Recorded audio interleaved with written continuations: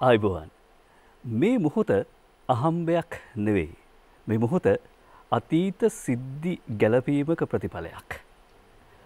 මේ මොහොත අතීත සිද්ධි ගැලපීමක ප්‍රතිඵලයක් වන්නේ වර්තමානයේ සහ අනාගතයේ ස්වභාවය එය වන නිසා. රටක එමෙතන සමාජයක වර්තමානය සහ අනාගතය හොයා බලන්නෙක්ට පෙනෙනවා අතීත සිද්ධි සමුදායක ගැලපීමක් සහ ඒ අතීත සිද්ධි ගලපන්නට මැදිහත් වුණු මිනිසුන්ගේ දායකත්වය. අද මේ සියපත් පොකුරෙහි පිපෙන සියපත අසිරියක් තියෙනවා, සිරියක් තියෙනවා. ඒ සිරිමත් කාරණය තමයි මේ සියපතෙහි රොන් සුණු බවට පත් වෙනවා අපේ ලංකාවේ සංස්කෘතික ඉතිහාසය. අපි සූදානම් පූරිකාවක් තබන්න.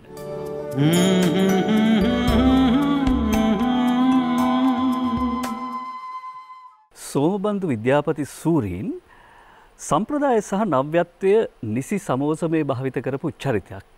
සමහර වෙලාවට සිල්වත් තැනක නොසිල්වත් එහෙම නැත්නම් හික්මුණු තැනක නොහික්මුණු පින්සල් පාරවල් තබන්නට ඔහු පැකිලුනේ නැහැ. ඒ නිසා මටත් මං හිතන්නේ අද අවසරයක් තියෙනවා අසම්මතයේ පිහිටා කටයුතු කරන්න. ඒ නිසා මම හිතුවා සාමාන්‍යයෙන් අපි කරන්නේ මේ විද්වත් මණ්ඩලය හඳුන්වා දෙන එක මුල්ම කටයුත්ත. මට හිතුණා අසම්මතයේ පිහිටන්න ඕනේ කියලා. ඒ තමයි ඇයි මේ සෝමබන්දු විද්‍යාපති කියන චරිතය පිළිබඳව අපි කතා කළ යුත්තේ. ඒ කියන්නේ අර දුරස්ස පාලකයෙන් නාලිකා අනල රස විඳින ප්‍රේක්ෂකයෙක් මේ මොහොතේදී අපේ රසවතෙක් හිටිවනම සෝමබන්දු විද්‍යාපති කියන නම ඇහුනම ඇයි ඔහු තවදුරටත් මේ සියපත් පොකුරේ රැඳෙන්න ඕනේ කියන ප්‍රශ්නය ඔබෙන් අහන්න හිතුවා මණිබන්දු මහත්මයා. මේ තාම වැඩසටහන පටන් ගත්තේ නැහැ. ඔව් දෙනුෂ මේ මෙහෙමයි. රටක සංස්කෘතියක් වර්ධනය කිරීමෙහිලා සෑම යුගයකම විවිධ පැතිවලින් ඒ සංස්කෘතික වර්ධනයෙහිලා දායකත්වය දරන විවිධ පුද්ගලයින්, පුරෝගාමීන්, මහා පුරුෂයින්, මහා දායකත්වයක් දරන අය, සුළු වශයෙන් දායකත්වයක් දරන අය, මේ අය හරහා තමයි, මෙවැන්න වුන් හරහා තමයි සංස්කෘතියක් වර්ධනය වෙන්නේ. ඊට අදාළ සියලු සාධකයන් සමගින් වැඩිම සඳහා දායක වෙනවා මේ මානව ක්‍රියාකාරකම්, මානව හැඟීම් කියන දේවල්. ඒ අනුව ලාංකේය ඉතිහාසයේ 20 වන සියවස අපිට වැදගත් වෙනවා සංස්කෘතියමය වශයෙන්. මොකද අපේ රටේ සංස්කෘතික කලා පුනරුදයක් ඇතිවන්නේ. වෙනත් විදිහක කිව්වොත් ලාංකේය නූතන කලා භාවිතාවන් සියල්ලෙහි ගමනක් ව්‍යාපාරයක් හැටියට පටන් ගන්නේ 20 වන සියවසේ මුල් භාගයේ. ඒ යුගයේ පහළ වුණු විශිෂ්ටයෙක් හැටියට ඒ යුගයේ විශේෂයෙන්ම චිත්‍ර කලාව, නර්තන රංග වස්ත්‍ර කලාව, පසුතල දර්ශන, අංග රචනා කලාව, මේ වාගේ ප්‍රසංග කලාවට සම්බන්ධ සහ දෘශ්‍ය කලාවට සම්බන්ධ විවිධ පැතිකඩවල එක්තරා විදිහක පුරෝගාමී කලාකරුවෙක්. ඒ පුරෝගාමීත්වය දරන්නේ කෙසේද, මොනවද පසුබිමේ තියෙන දේවල්, අන්න ඒවා සාකච්ඡා කිරීම වර්තමානයේ අපට වැදගත් වෙනවා. අපි හැමදාම අතීත ශ්‍රී විභූතිය පමණක් නෙමෙයි, අතීතය අධ්‍යයනය කරමින් වර්තමානයට යා යුතුයි, අනාගතයට යා යුතුයි. ඒ නිසා සෝමබන්දු විද්‍යාපති පිළිබඳවත් ඔහුගේ යුගය පිළිබඳවත් පුනර්කථනයක යෙදීම අද වැදගත් කියලා මම හිතනවා. ශිෂ්ටාචාරය කියන ගලනා මහ ගඟක් ඇති, කෙනෙක් ගඟට දිය දෙවති, කෙනෙක් ගඟෙන් දිය ගනිති. අපි මේ ඔබ සහ මම මේ සියවසේ ජීවත් වෙන ඔබ සහ මම ඒ ගඟෙන් දිය ගන්නා උදවිය. එතකොට ඒ ගඟට දිය දුන් උදවිය ගැන දැනගන්න එක වටිනවා සහ ඒක අපේ යුතුයකමක්. ඒ උත්තරේ දුන්නේ රවි, ඊට පස්සේ ඉන්නේ මනු. ඒ තමයි සෝමබන්දු විද්‍යාපති මහත්මයාගේ දෑසවන් දරු දෙපළ රවි බන්දු විද්‍යාපති සහ මනුබන්දි විද්‍යාපති. ඒ වගේම අත්දැකීම් වලින් දැනුමෙන් සහ ගුණයෙන් පොහොසත් ජ්‍යෙෂ්ඨ මාධ්‍යවේදී තිලකරත්න කුරුවිට බණ්ඩාරයන් මට සමාව දේවි ඔබතුමාව හඳුන්වා දෙන්නේ නැතුව මෙහෙම මේ පැත්තෙන් ගමන පටන් ගත්තට. අයිබෝන් ඔබතුමාට. අපි මේ සූදානම් වෙන්නේ ටිකක් ලොකු කතා බහකට. හේතුව ඔබට දැනටමත් තේරෙනවා ඇති මේ අපි මෙතෙක් සියපත් පුකුරේ තබූ පියවරට වඩා වෙනස් පියවරකට සූදානම් වෙන්නේ. ඒ ලොකු කතාවට කලින් අපි සංගීතමය හුස්මක් අරගෙන හිටියොත් නරකද?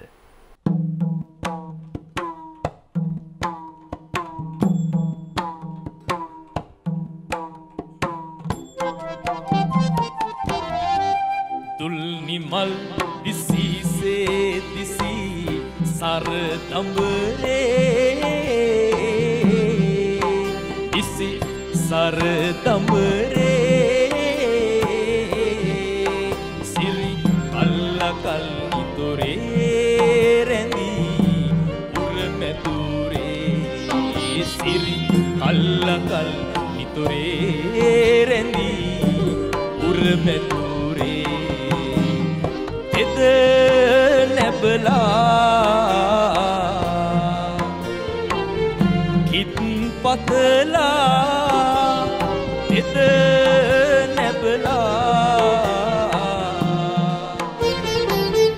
kit patla isilandu nayan niti endura sandun bandu mapiya nar nindu sasoban bandu mapiya nar nindu සසෝපන සෞසැපත් එකට පත් කළ අයුරේ පත් කළ අයුරේ කරු සෞවියත් දනන් වසන මේ නගරේ කරු සෞවියත් දනන් වසන नगरे सिप हले वो काले सिप हले वो काले सारू एनिन सुर गुरु सतिसी ए एदुरु वेते हिनिर दुरु वसनेमी एदुरु वेतेहि निरदुरुम वसनेमी दुल्निमल दिसी से दिसी दुल्निमल सिसी से दिसी दुल्निमल सिसी से दिसी सर दंबरे दिसी सर दंबरे सिरी कल नितुरे रेंदी उर में तूरे सिरी कल नितुरे रेंदी उर में तूरे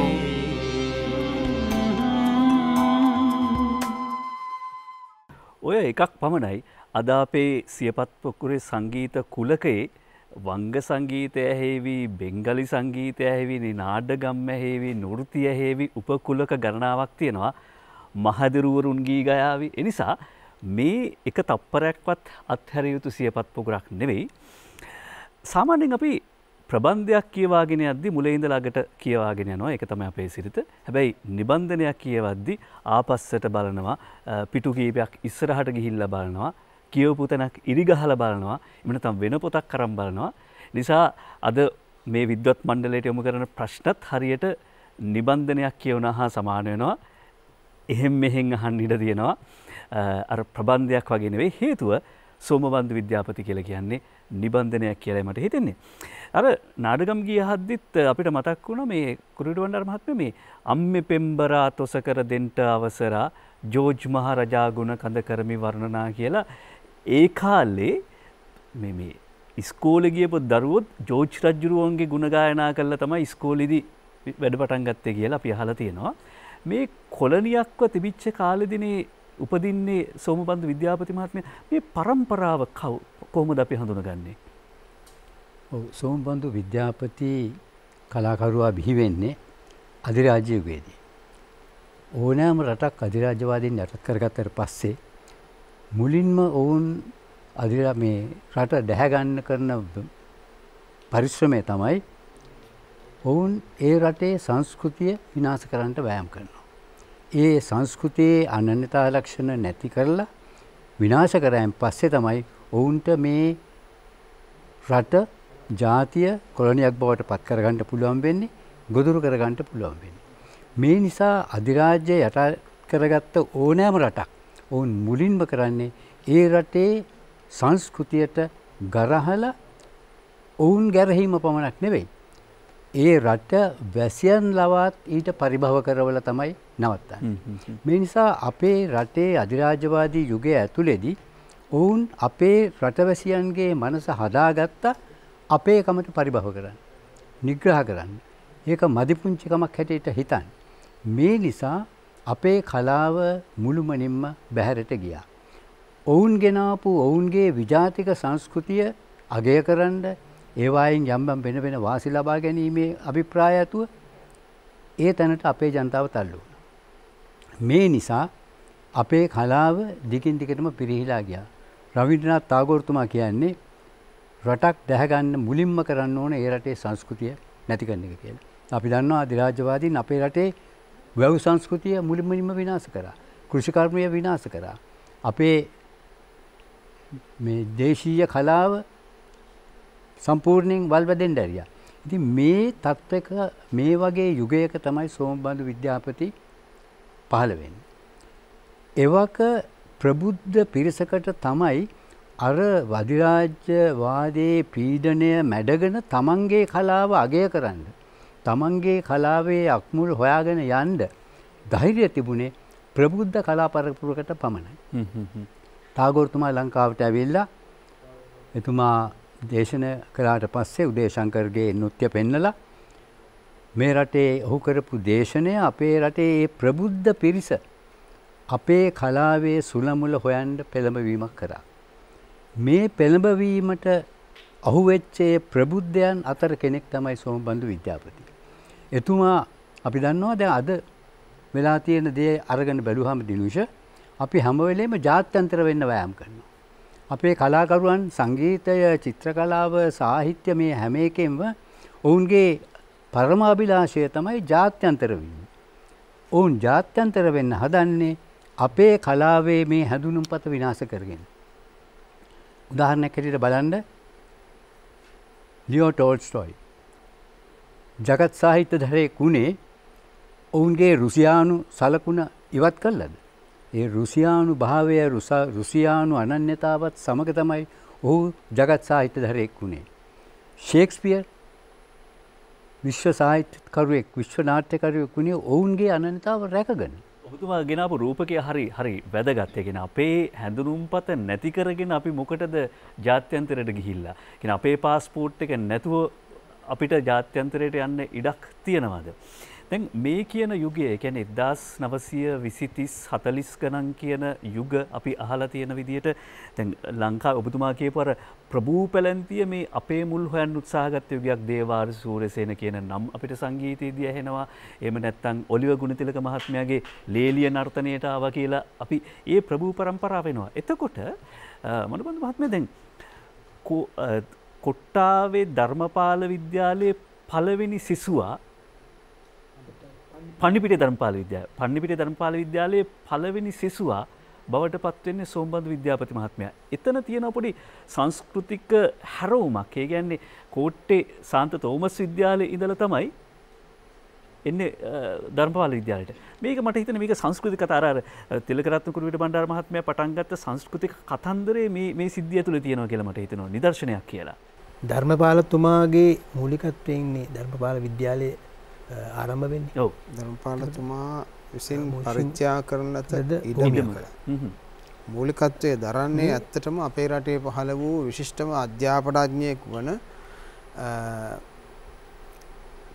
කුලරත්න පීදස් කුලරත්න ආනන්ද විද්‍යාලයේ කොළඹින් බැහැර මේ වාගේ පාඨශාලා බෞද්ධ පාඨශාලා ගණනාවක් ආරම්භ කරන්නේ එතුමා. එතකොට දැන් අර මිෂනාරි අධ්‍යාපනය ලැබපු පාසලක ඉඳලා එනවා ධර්මපාල විද්‍යාලයට, බෞද්ධ විද්‍යාලයට. ඉතින් එතෙන් සිට මම හිතන්නේ අපේ පියාට පැහැදිලි ඒ කියන්නේ මේ යුගයේ තිබිච්ච කිසියම් විදිහක සංස්කෘතික ප්‍රබෝධයක් මේ ධර්මපාල විද්‍යාලයේත් මම හිතනවා පැතිරී තිබුණා. ඒ බලපෑම ඒ කුඩා දරුවාගේ යුගයේ පටන්ම මම හිතන්නේ සෝමබන්දු විද්‍යාපති මහතාට ලැබී තිබුණා. ඔව්. දැන් පන්නිපිටිය ධර්මපාල විද්‍යාලයේ අදටත් වැජබෙන බුදු පිළිම වහන්සේ නිර්මාණය කරන්නේ එතුමා පස්සේ කාලෙකදී. ඔබට තාත්තා ගැන තියෙන මතකය මොන වගේද? අර දෙපැත්තේ තියාගෙන කතන්දර ගියා දෙන තාත්තා? ඔව්. දැන් මට ඇත්ත වශයෙන්ම තාත්තා ගැන මතකයේ තියෙන අපිට අවුරුදු 6ක් 7ක් විතර කාලේ යුගයේ පමණ වගේ යුගයක සිට.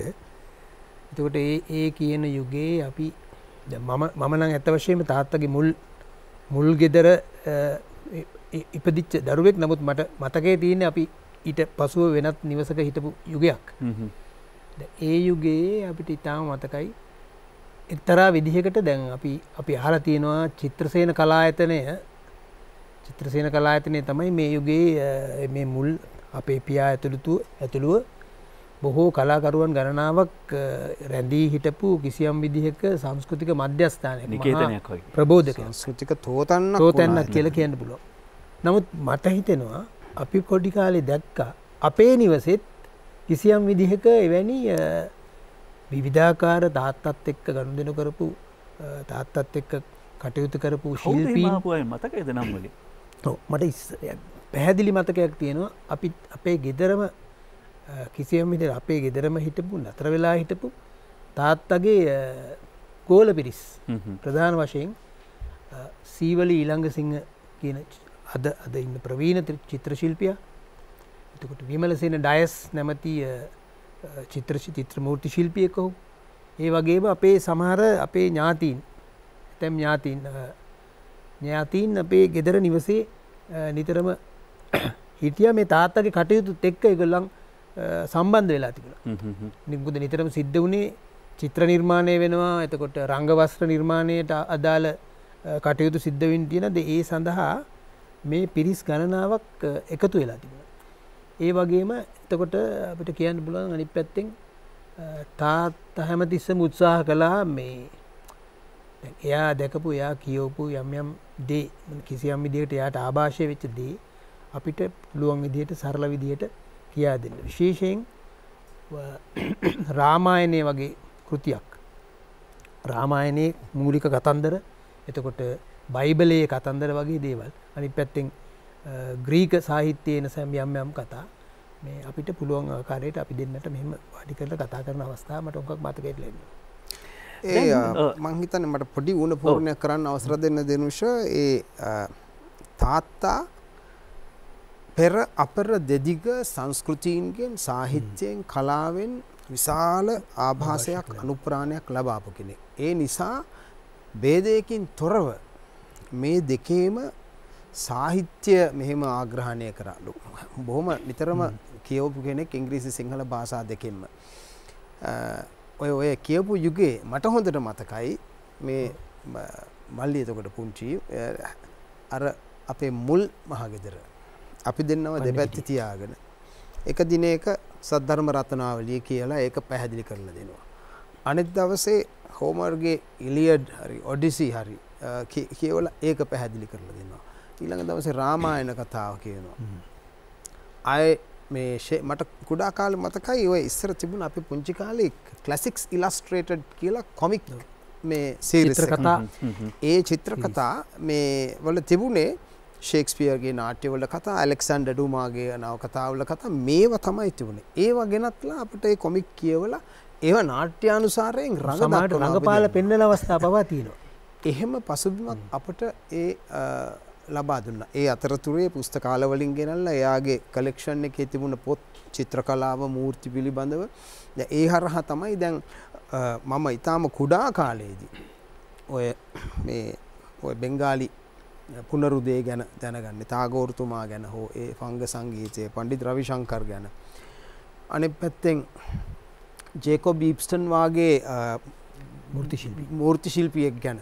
ඉතින් මේ හැම දෙයක් ගැනම එතුමා අපට ගෙදර මේ පරිසරය හදලා දුන්නා. ඔබ අහපු මුලින් අහපු දේ දැන් ඒ යුගයේ අපේ ගෙදර පියාගේ අවට ඒ උතුමත් එක්කලා හැදුණු වැඩුණු අපේ එයාගේ ගෝල පිරිස සහ ඥාති පිරිසට අමතරව ආගිය අය ඒ යුගයේ නර්තන ක්ෂේත්‍රයේ නාට්‍ය ක්ෂේත්‍රයේ චිත්‍රමූර්ති ක්ෂේත්‍රයේ බොහෝ අය යම් යම් වැඩ සඳහා පමණක් නෙමේ හුදෙක් ඇසුර සඳහා ගෙදර ආවා ගියා. චිත්‍රසේනයන්, ප්‍රේම කුමාරයන්, පනිභාරතයන්, වසන්ත කුමාරයන්, ශේෂ පලිහක්කාරයන්, අමරදේවයන් බොහොම සමීප ඇසුරක් තිබුණා. සති අන්තයට මුළු පවුලම අපේ ගෙදර එනවා. ලයනල් අල්ගම එවැන්නෝ සහ උපසේන ගුණවර්ධන වැනි තාත්තලාට පසු කාලයේ ශාන්තිනිකේතනයේ උගත් ඒ ශාන්ති ඔහු ආපු වෙලාවට මට මතකයි බොහොම ආසාවෙන් දෙන්න ශාන්තිනිකේතනයේ ගැන කතා කරනවා. ඒතර ඒවා අහගෙන කුරුවිත බණ්ඩාර මහත්මයා දැන් මේ නම් කීපයක් කියුණා.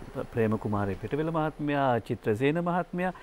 එක පැත්තකින් අපි අද ඉඳලා බලද්දී ලංකාවේ සංස්කෘතික නිදහස් සටනේ වීරයෝ නේද මේ චරිත අපි කොහොමද නැවත කියවගන්නේ? ඔය ඇත්තටම මේ සංස්කෘතික දූතයොත් එක්ක තමයි අපේ රටේ ජනතාව තුළ නිදහස්කාමී හැඟීම් ඇති වෙන්නේ. ඔවුන්ගේ මනස පිරිසිදු වෙන්න පටන් ගන්නෙ. මේ කලාවෙන් පෙරිලා ආපුවාම තමයි ඔවුන්ට මේ අධිරාජ්‍ය ගැතිකමින් අපි මිදෙන්න ඕනේ කියන සංකල්පනාව පහළ වෙන්නේ මේ කලාව අපේ කලාව මතුවෙන්න පටන් ගත්තට පස්සේ. මම හිතන විදිහට දැන් අපි සෝමබන්දු කියන මහා කලාකරුවා ගැන කතා කරනකොට ඔහු චිත්‍ර ශිල්පයේ මහා හාස්කම් පෑව කෙනෙක්. දැන් මට හිතෙනවා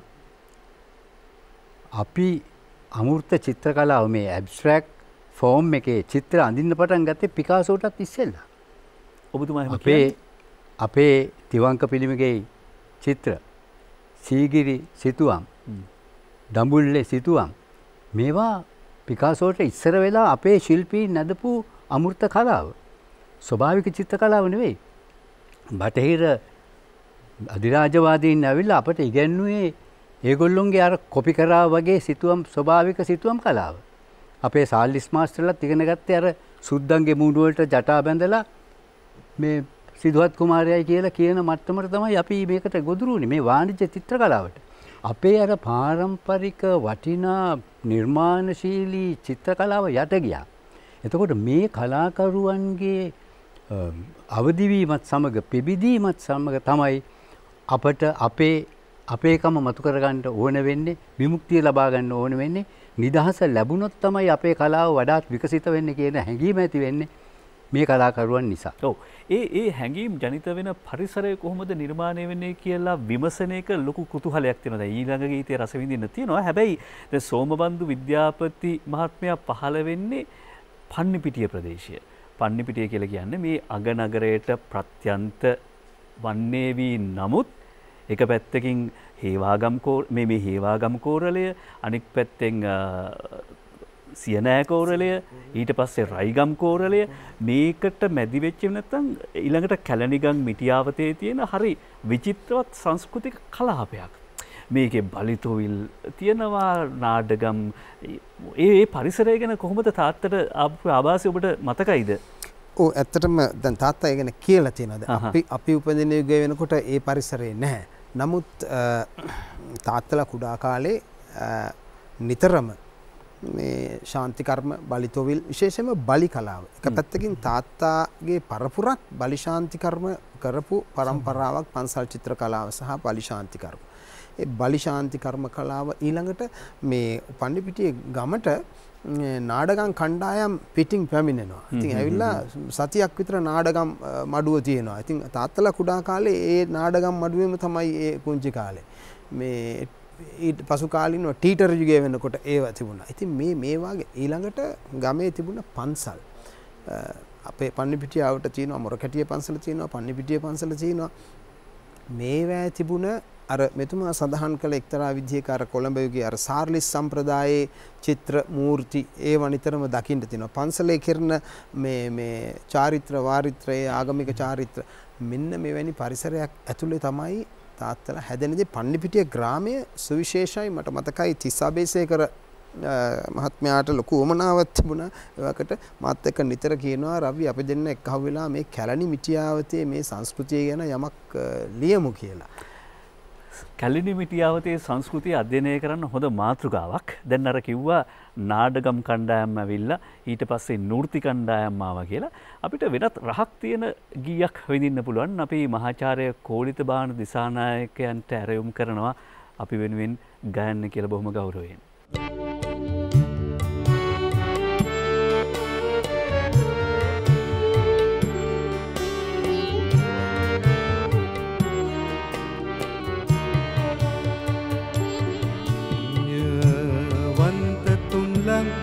केंद्र स्वामी कुल कैवो माँ बधु देशवासी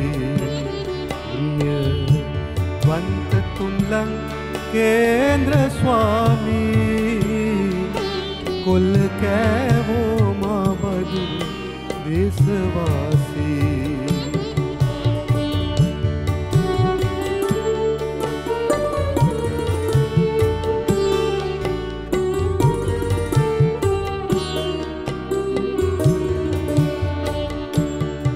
अंधकार अहले पोलहित अंधकार अहले पोलहित पितु पापी वेन्ने अपराधा पितु पापी वेन्ने अपराधा वंत केंद्र स्वामी कुल कैवो माँ बधु देशवासी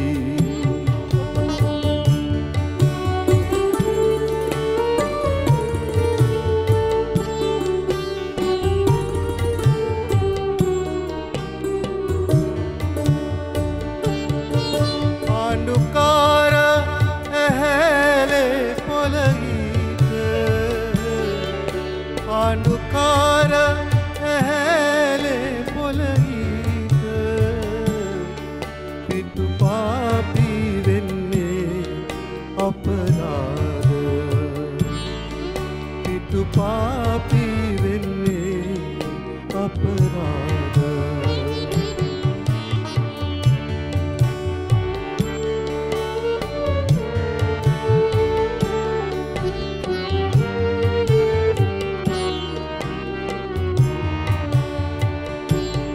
कुल कैव दनान हट आचू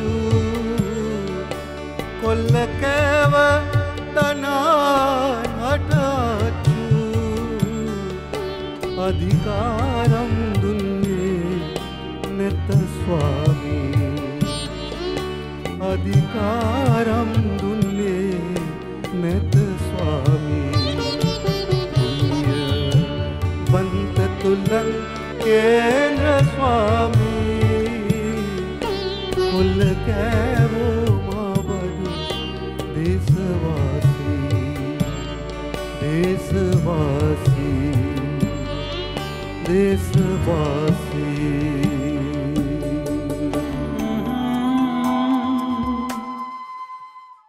හොඳ මීපැණි හොයාගන්න හරි අමාරුයි. හරි දුර්ලභයි. හැබැයි රහ වෙනස්. තේරුණා නේද? බොහොම ස්තුතියි මහාචාර්ය කෝලිත බාන දිසානායක මහත්මයාට.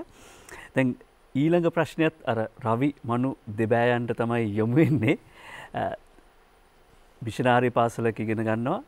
ඒකෙන් ඉවත් වෙලා එනවා ධර්මපාලතුමා නමින් ආරම්භ කරපු පාසලට. ඒ අධ්‍යාපනය නිමා වෙලා ශාන්ති නිකේතනට යන්නේ නේද? ඔව් දිනුෂ මේ ශාන්ති නිකේතනයට යන්න අඩිතාලම දැමෙන්නේ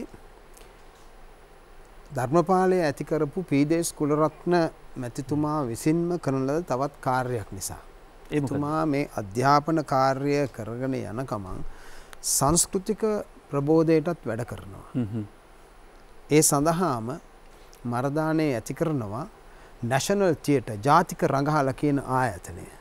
ඒක කරන්නෙම මේ ප්‍රසංග කලාව නර්තනයේ සංගීතය වගේ දේවල් ඉගෙන ගන්න මේ කුරුවිට බණ්ඩාරයන් මුලින් කී ඒ යුගයේ ශ්‍රී ලංකාවේ ඇති වුණු ඒ සංස්කෘතික ප්‍රබෝධය එක්තරා විදිහකට අධිරාජ්‍ය විරෝධී දේශීය සංස්කෘතික ප්‍රබෝධය සඳහාම ඇති කරන ආයතනයක්. ඒ ආයතනය ඇතුලේ චිත්‍රසේනයන් සූර්යසංකර් මුල්ලිගොඩ මේ දෙපළ නර්තනය උගන්වනවා. ලයනල් එදිරිසිංහයන් සංගීතය උගන්වනවා. ඉතින් අපේ තාත්තා මේ ආයතනයට යනවා නැටුම් ඉගෙන ගැනීමට. මොල්ලිගොඩ සූර්යසංකර් මොල්ලිගොඩ සහ චිත්‍රසේනයන් හමු වෙනවා. ඒ චිත්‍රසේනයන්ගේ හමුවේ දීර්ඝ කාලීන මේ ඇසුරක් බවට පත් වෙනවා. ඒක ඇත්තටම ඒ තමයි පරිවර්තනය වෙන්නේ මේ ලංකාවේ පසු කාලීන නූතන නර්තනයේ වේදිකා නර්තනයේ මුද්‍රා නාට්‍ය කලාවේ දිගු ගමනක් යන්නට. ඔව්. දැන් ඒ හමුවේ තුලින් තමයි ඇත්තටම මේ ශාන්තිනිකේතනට යන්නත් මඟ පෑදෙන්නේ. මොකද එවකට ඒ දැන් තාගෝරුතුමා 34 ඇවිල්ලා ගිහිල්ලා ඒ ආපු ප්‍රබෝධය ඔස්සේ මේ හැමෝම ಭಾರತೀಯ කලාව ගැන හැමෝම හොයනවානේ. මෙන්න මේ යුගයේ චිත්‍රසේනයන් වටා හිටි පිරිසක් හිටියා. ප්‍රේම කුමාරයන්, ශේෂා පලිහක්කාර, මගේ පියා, මේවැන්න ඔක්කොම එක්කහුව වෙලා පනිභාරතයන් මේ සියල්ලම එක්කහුව වෙලා යනවා ශාන්තිනිකේතනයට 1945. ඔව්. දැන් මේ චිත්‍රසේනයන් ගාවට යන්නේ නැටුම් හදාරන්නනේ. ඒ වුණාට ශාන්තිනිකේතනෙ ගිහිල්ලා හදාරන්නේ නැටුම් නෙවෙයිනේ. ඔහු දැන් මේ මුල් කී අවස්ථාවේ මේ නැෂනල් තියටර් කියන ආයතනය තමයි තාත්තා මම දන්න විදිහට අපිට කියලා තියෙන විදිහට මුලින්ම නැටුම් අධ්‍යාපනයක් කිසියම් නැටුම් අධ්‍යාපනයක් ලබන්නේ චිත්‍රසේනයන් යටතේ. ඔහු අපිට කියපු විදිහට ඇත්ත වශයෙන්ම එතන චිත්‍රසේනයන් හුන්ට උගන්වලා තියෙන්නේ කිසියම් විදිහක සරල කතකලි නර්තන සම්ප්‍රදායත් එක්ක සම්බන්ධ වෙච්ච යම්කිසි නර්තන ක්‍රමයක්. නමුත් දැන් තාත්තා ශාන්තිනිකේතනට යනකොට ශාන්තිනිකේතනයට යන පරිසරය එනකොට මම හිතන්නේ ඔහු පැහැදිලිවම යොමු වෙලා හිටියා මේ චිත්‍රයට නර්තන රංගවස්ත නිර්මාණයට කියන කාරණාවලට මූලික වශයෙන් යෙදිලා ඉවරයි. ඇත්ත වශයෙන්ම ඔහු ශාන්තිනිකේතනකට යනකොට ඒ මූලික ශිෂ්‍යාවදියේම ඒ කාරණා ඉෂ්ට කරා. දැන් ශාන්තිනිකේතනයට ගිහිල්ලා ඉගෙන ගන්න වෛශේෂික කරුණු විෂය කරුණු පිළිබඳව මේ ඊළඟ අධීරෙදි කතා කරන්න මම හිතනවා මහාචාර්ය චන්ද්‍රජීවයන් මෙතනට පැමිණෙන පස්සේ ඒ ආభాසය ලැබපු හැටි අනුප්‍රාණය ලැබපු හැටි අපිට කතා කරන්න පුළුවන්. දැන් ප්‍රේමකුමාර එපිටවල මහත්මයාගේ මේ දිවි පවත කියන කෘතියේ එතුමන් කියනවා මේ ගියපු උදවිය පිළිබඳව විශ්ව භාරතී ශාන්තිනිකේතනයට ඇතුළු වී අධ්‍යාපන කටයුතු ආරම්භ කළෙමු. විවිධ විෂයන් ඉගෙන ගැනීමට ලංකාවෙන් එහි පැමිණි අපේ සමකාලීනයන් රැසක් අප අතරට එක් වූහ. නැටුම්, සංගීත, චිත්‍ර ආදී වශයෙන් ප්‍රධාන පෙළට ගැනෙන අංශ තම තමන්ගේ විෂයන් හැටියට වෙන්වෙන්ව තෝරාගෙන ඉගෙනීමට එහි ගොස් සිටි අපේ සමකාලීන හැටියට දයානන්ද මැල්, මකුලළුව, චිත්‍රලේඛා ෆොන්සේකා, එඩ්වඩ් Guruge, Somabandu, Ganganath, Chitrasena, Wasantha Kumara, Nimal Welgama, Lionel Jayawardena, Bernard Silva, Sextus Alwis, Kariyawasam, Edwin Samaradiwakara මෙහෙම නම් විශාල ප්‍රමාණයක් ප්‍රේමකුමාර එපිටවල මහත්මයා දිවි පවතෙහි සඳහන් කරනවා. දැන් කුරුවිට බණ්ඩාර මහත්මයා මේ මොහොතේදී ඒ කියන්නේ මේ නිශ්චිත මොහොතේදී අපි කතා කරන අපේ සංස්කෘතියේ මුල හොයන්න උත්සාහ ගනිපු උදවිය ඇයි ඉන්දියාවට යන්නේ සහ ඒකින් ඇතිවෙච්ච පෙරළිය මොන වගේද? වත්තනම අපේ ආගම දහම බුද්ධ ආගම ප්‍රතිමා කලාව චිත්‍ර කලාව මේ හැම එකකම නිජබිම ಭಾರತයේ තමයි. මොකද අපිට විශේෂයෙන්ම චිත්‍ර කලාවක් අති දීර්ඝ කාලයක් තිබුණා. සාම්ප්‍රදායික චිත්‍ර ශිල්පය තමයි අපිට ආවේනිකව තිබුණු දීර්ඝතම කලාව. සංගීතය, නාට්‍ය, ඒ වගේ දේවල් පසු කාලීනම අපේ වර්ධනය වුණේ. ඒවා තිබුණ බවට සාක්ෂි අපිට ඉතිහාසය හොයාගන්න නැහැ. හැබැයි චිත්‍ර කලාව අති දීර්ඝ කාලයක් අපිට පාරම්පරිකව තිබුණා. අපේ කලා රසඥතාවයේ අතරින් චිත්‍ර කලාව තමයි අපේ ජනතාව මේ බහුල වශයෙන්ම රස විඳින්නේ. අපි පිළිමගේකට ගියාම මේ සිද්ධාර්ථ කුමාරෝත්පත්තේ ඉඳලා පරිනිර්වාණය දක්වාම අපි වැඳගෙන දොහොත් මුදුන් දීගෙන ගිය විහාරයේ ඇතුලේ මේ චිත්‍ර කලාව අපේ ගැමියාගේ සිට විදග්ධයා දක්වා සියලු දෙනාම රස වින්දා. මේ නිසා මං හිතන්නේ අපිට අපේ කලාවේ මුල් හොයන්න යා යුතුව තිබුණු ප්‍රමුඛතම රට කලාවේ නිජබිම එතන තමයි. ඒ ලැබුණු කලාව තමයි අපි අපේකමත් එක්ක අපේ අනන්‍ය ලක්ෂණ එක්ක අපේ කරගත්තේ. දැන් පිළිම කලාව ගැන බලනකොට ඩී.ටී. දේවේන්ද්‍රයන් කියනවා මේ ප්‍රතිමා අපේ නිජබිමේම ඇති වුණු ප්‍රතිමා කලාවක් වගේ අනන්‍ය වූ ලක්ෂණ තියෙනවා කියලා. මොකද ಭಾರತයෙන් ආපු බොහෝ කලාවන් අපේ රටට ආවට පස්සේ අපේකම වැළඳගෙන අපේ ඌරුව, අපේ ශෛලිය, අපේ ආර ඇතුලේ ගොඩ නැගුණා. ඉතින් මේ නිසා බටහිරට යන්න බෑනේ අපේ කලාවේ මුල් හොයාගෙන. එතකොට මේ විශේෂයෙන්ම තාගෝර්තුමාගේ දැක්ම තමයි අපිට උත්තේජනයක් සැපයුවේ අපේ කලාවේ සුලමුල හොයාගන්න. ඉතින් එතකොට අපිට පාර පෙන්වුවේ ಭಾರತයට. ඉතින් ඇත්තටම අද අපි බලනකොට හැරිලා අපිට හිතෙනවා නිවැරදි පාරේ තමයි අපි ගියේ කියලා. හැබැයි සමාවෙන්න ඔබතුමාට බාධා කරනවා තවදුරටත් පිළිතුරු අපේක්ෂාවෙන්. ඒ තමයි දැන් මේ යන පිරිස ශාන්තිනිකේතනට ගිහිල්ලා නැවත ලංකාවේ ඇවිල්ලා රෝපණය කරන්නේ අර හුදු ඉන්දියානු සංස්කෘතිය නෙවෙයි නේද? දැන් ප්‍රේම කුමාර පිට වෙල වේවා සෝමබන්දු විද්‍යාපති මහත්මයා වෙලා මේ අර සියත් භාවයට පමුණුවා ගන්නවනේ. එතෙන්ට හොඳම උදාහරණය තමයි දැන් සෝමබන්දු විද්‍යාපති මහත්මයා නිර්මාණය කරන මේ නර්තන ඇඳුම. ඔව්. ඇත්තටම බොහොම කිහිප දෙනෙක් තමයි ඉන්දියානු වෙලා ආවේ. අද නම් අපි දන්නවා සෝවියට් දේශයට නැත්නම් රුසියාවට යන කෙනෙක් රුසියානු චිත්‍ර ශෛලිය තමයි අරන් එන්නේ. පෝලන්තයට ගියොත් පෝලන්ත හැඩය තමයි අරන් එන්නේ. ඉන්දියාවට ගියා අතරත් එක්කෙනෙක් දෙන්නෙක් අපිට කීප දෙනෙක් මතක් වෙනවා. ඉන්දියානු වෙලාම ආපු. එයාට අපේකම පෙරාගන්න ප්‍රබුද්ධත්වයක් තිබුණේ නැහැ. ඒ නිසා වුන් ඉන්දියානු වෙලා ලංකාවට ආවා. අපේකම පෙරාගන්න ප්‍රබුද්ධත්වයක් තිබුණේ නැහැ. එතකොට මේ ප්‍රබුද්ධත්වයේ තිබිච්ච අය ಭಾರತයෙන් ඒ කලාව අරන් ආවේ නැහැ. ඕකට මං හිතන්නේ ඔතෙන්දී ආයිත් අපිට කියන්න වෙනවා තාගෝර්තුමාගේ දැක්ම. තාගෝර්තුමා වංග ජාතික සංගීතයක් බිහි කළේ ඒ වංග සලකුණ තියාගෙන වෙනත් රටවල සංගීත ආభాෂය බටහිර සංගීතය පවා උපයෝගී කරගෙන ඒ සම්මිශ්‍රණය කළා තමයි වංග ගීය හැදුවේ. එතකොට ඒ වංග ගීයේ වංගකම මැකුණේ නැහැ. වෙන කොයි රටකින් කොයි දේවල් එකතු කරත් දැන් එන්න ඒ ප්‍රබුද්ධ භාවය තමයි මේ ප්‍රමුඛ කලාකරුවන්ට තිබුණේ. ඇල්ලෝරා අජන්තා මේ චිත්‍ර දැකලා සාංචිය මේ හැමදැනම චිත්‍ර කලාව හදාරලා ඇවිල්ලා අපේ ඌරුවත් එක්ක මුසු කළා අපේ හැඩයට අපේ අනන්‍යතාවයට තමයි මේ චිත්‍ර කලාව ගොඩ නැගුණේ. ඇත්තටම දැන් ඔබ ඇහුවා මේ සෝමබන්දු ගැන විශේෂ කරලා කියනකොට ඔහු චිත්‍ර කලාවේ වෙනත්ම කලාපයකට විශේෂඥතාවය දක්වපු කෙනෙක්.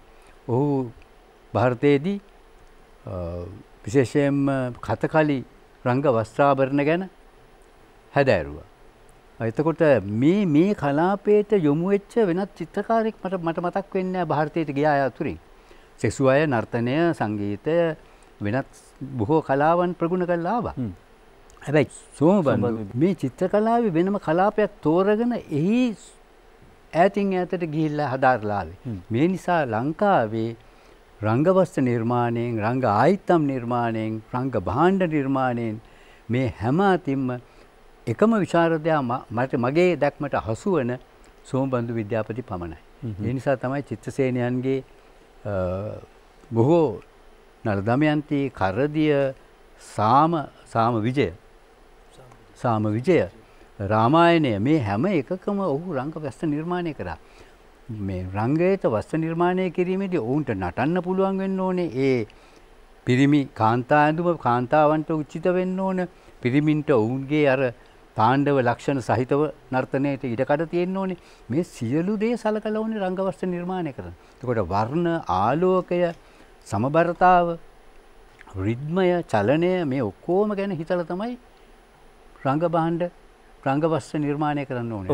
ඔබතුමා සමාවෙන්න.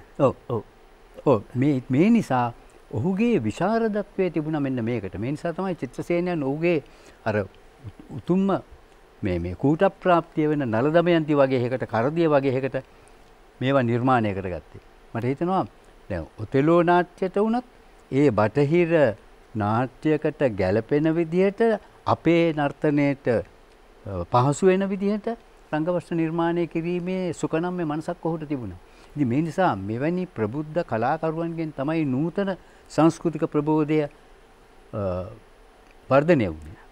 ඔන්න ඔය කොටස තමයි මා ඉතාමත්ම කැමති කොටස. ඒ තමයි මේ නූතන සංස්කෘතික ප්‍රබෝධය ඇති වෙන්නේ මේ යුගයේ නිර්මාණකරුවන්ගේ දායකත්වය. සහ ඔබතුමා මේ ඇඟිල්ල දික් කළා අපිට එක් මන්සන්දියක් පෙන්වුවා. ඒ තමයි අර 1930 40 දශක කියන්නේ සෝමවන්ත විද්‍යාපති මහත්මයා ශාන්තිනිකේතනයේ ඉඳලා ලංකාවට නැවතෙනවා.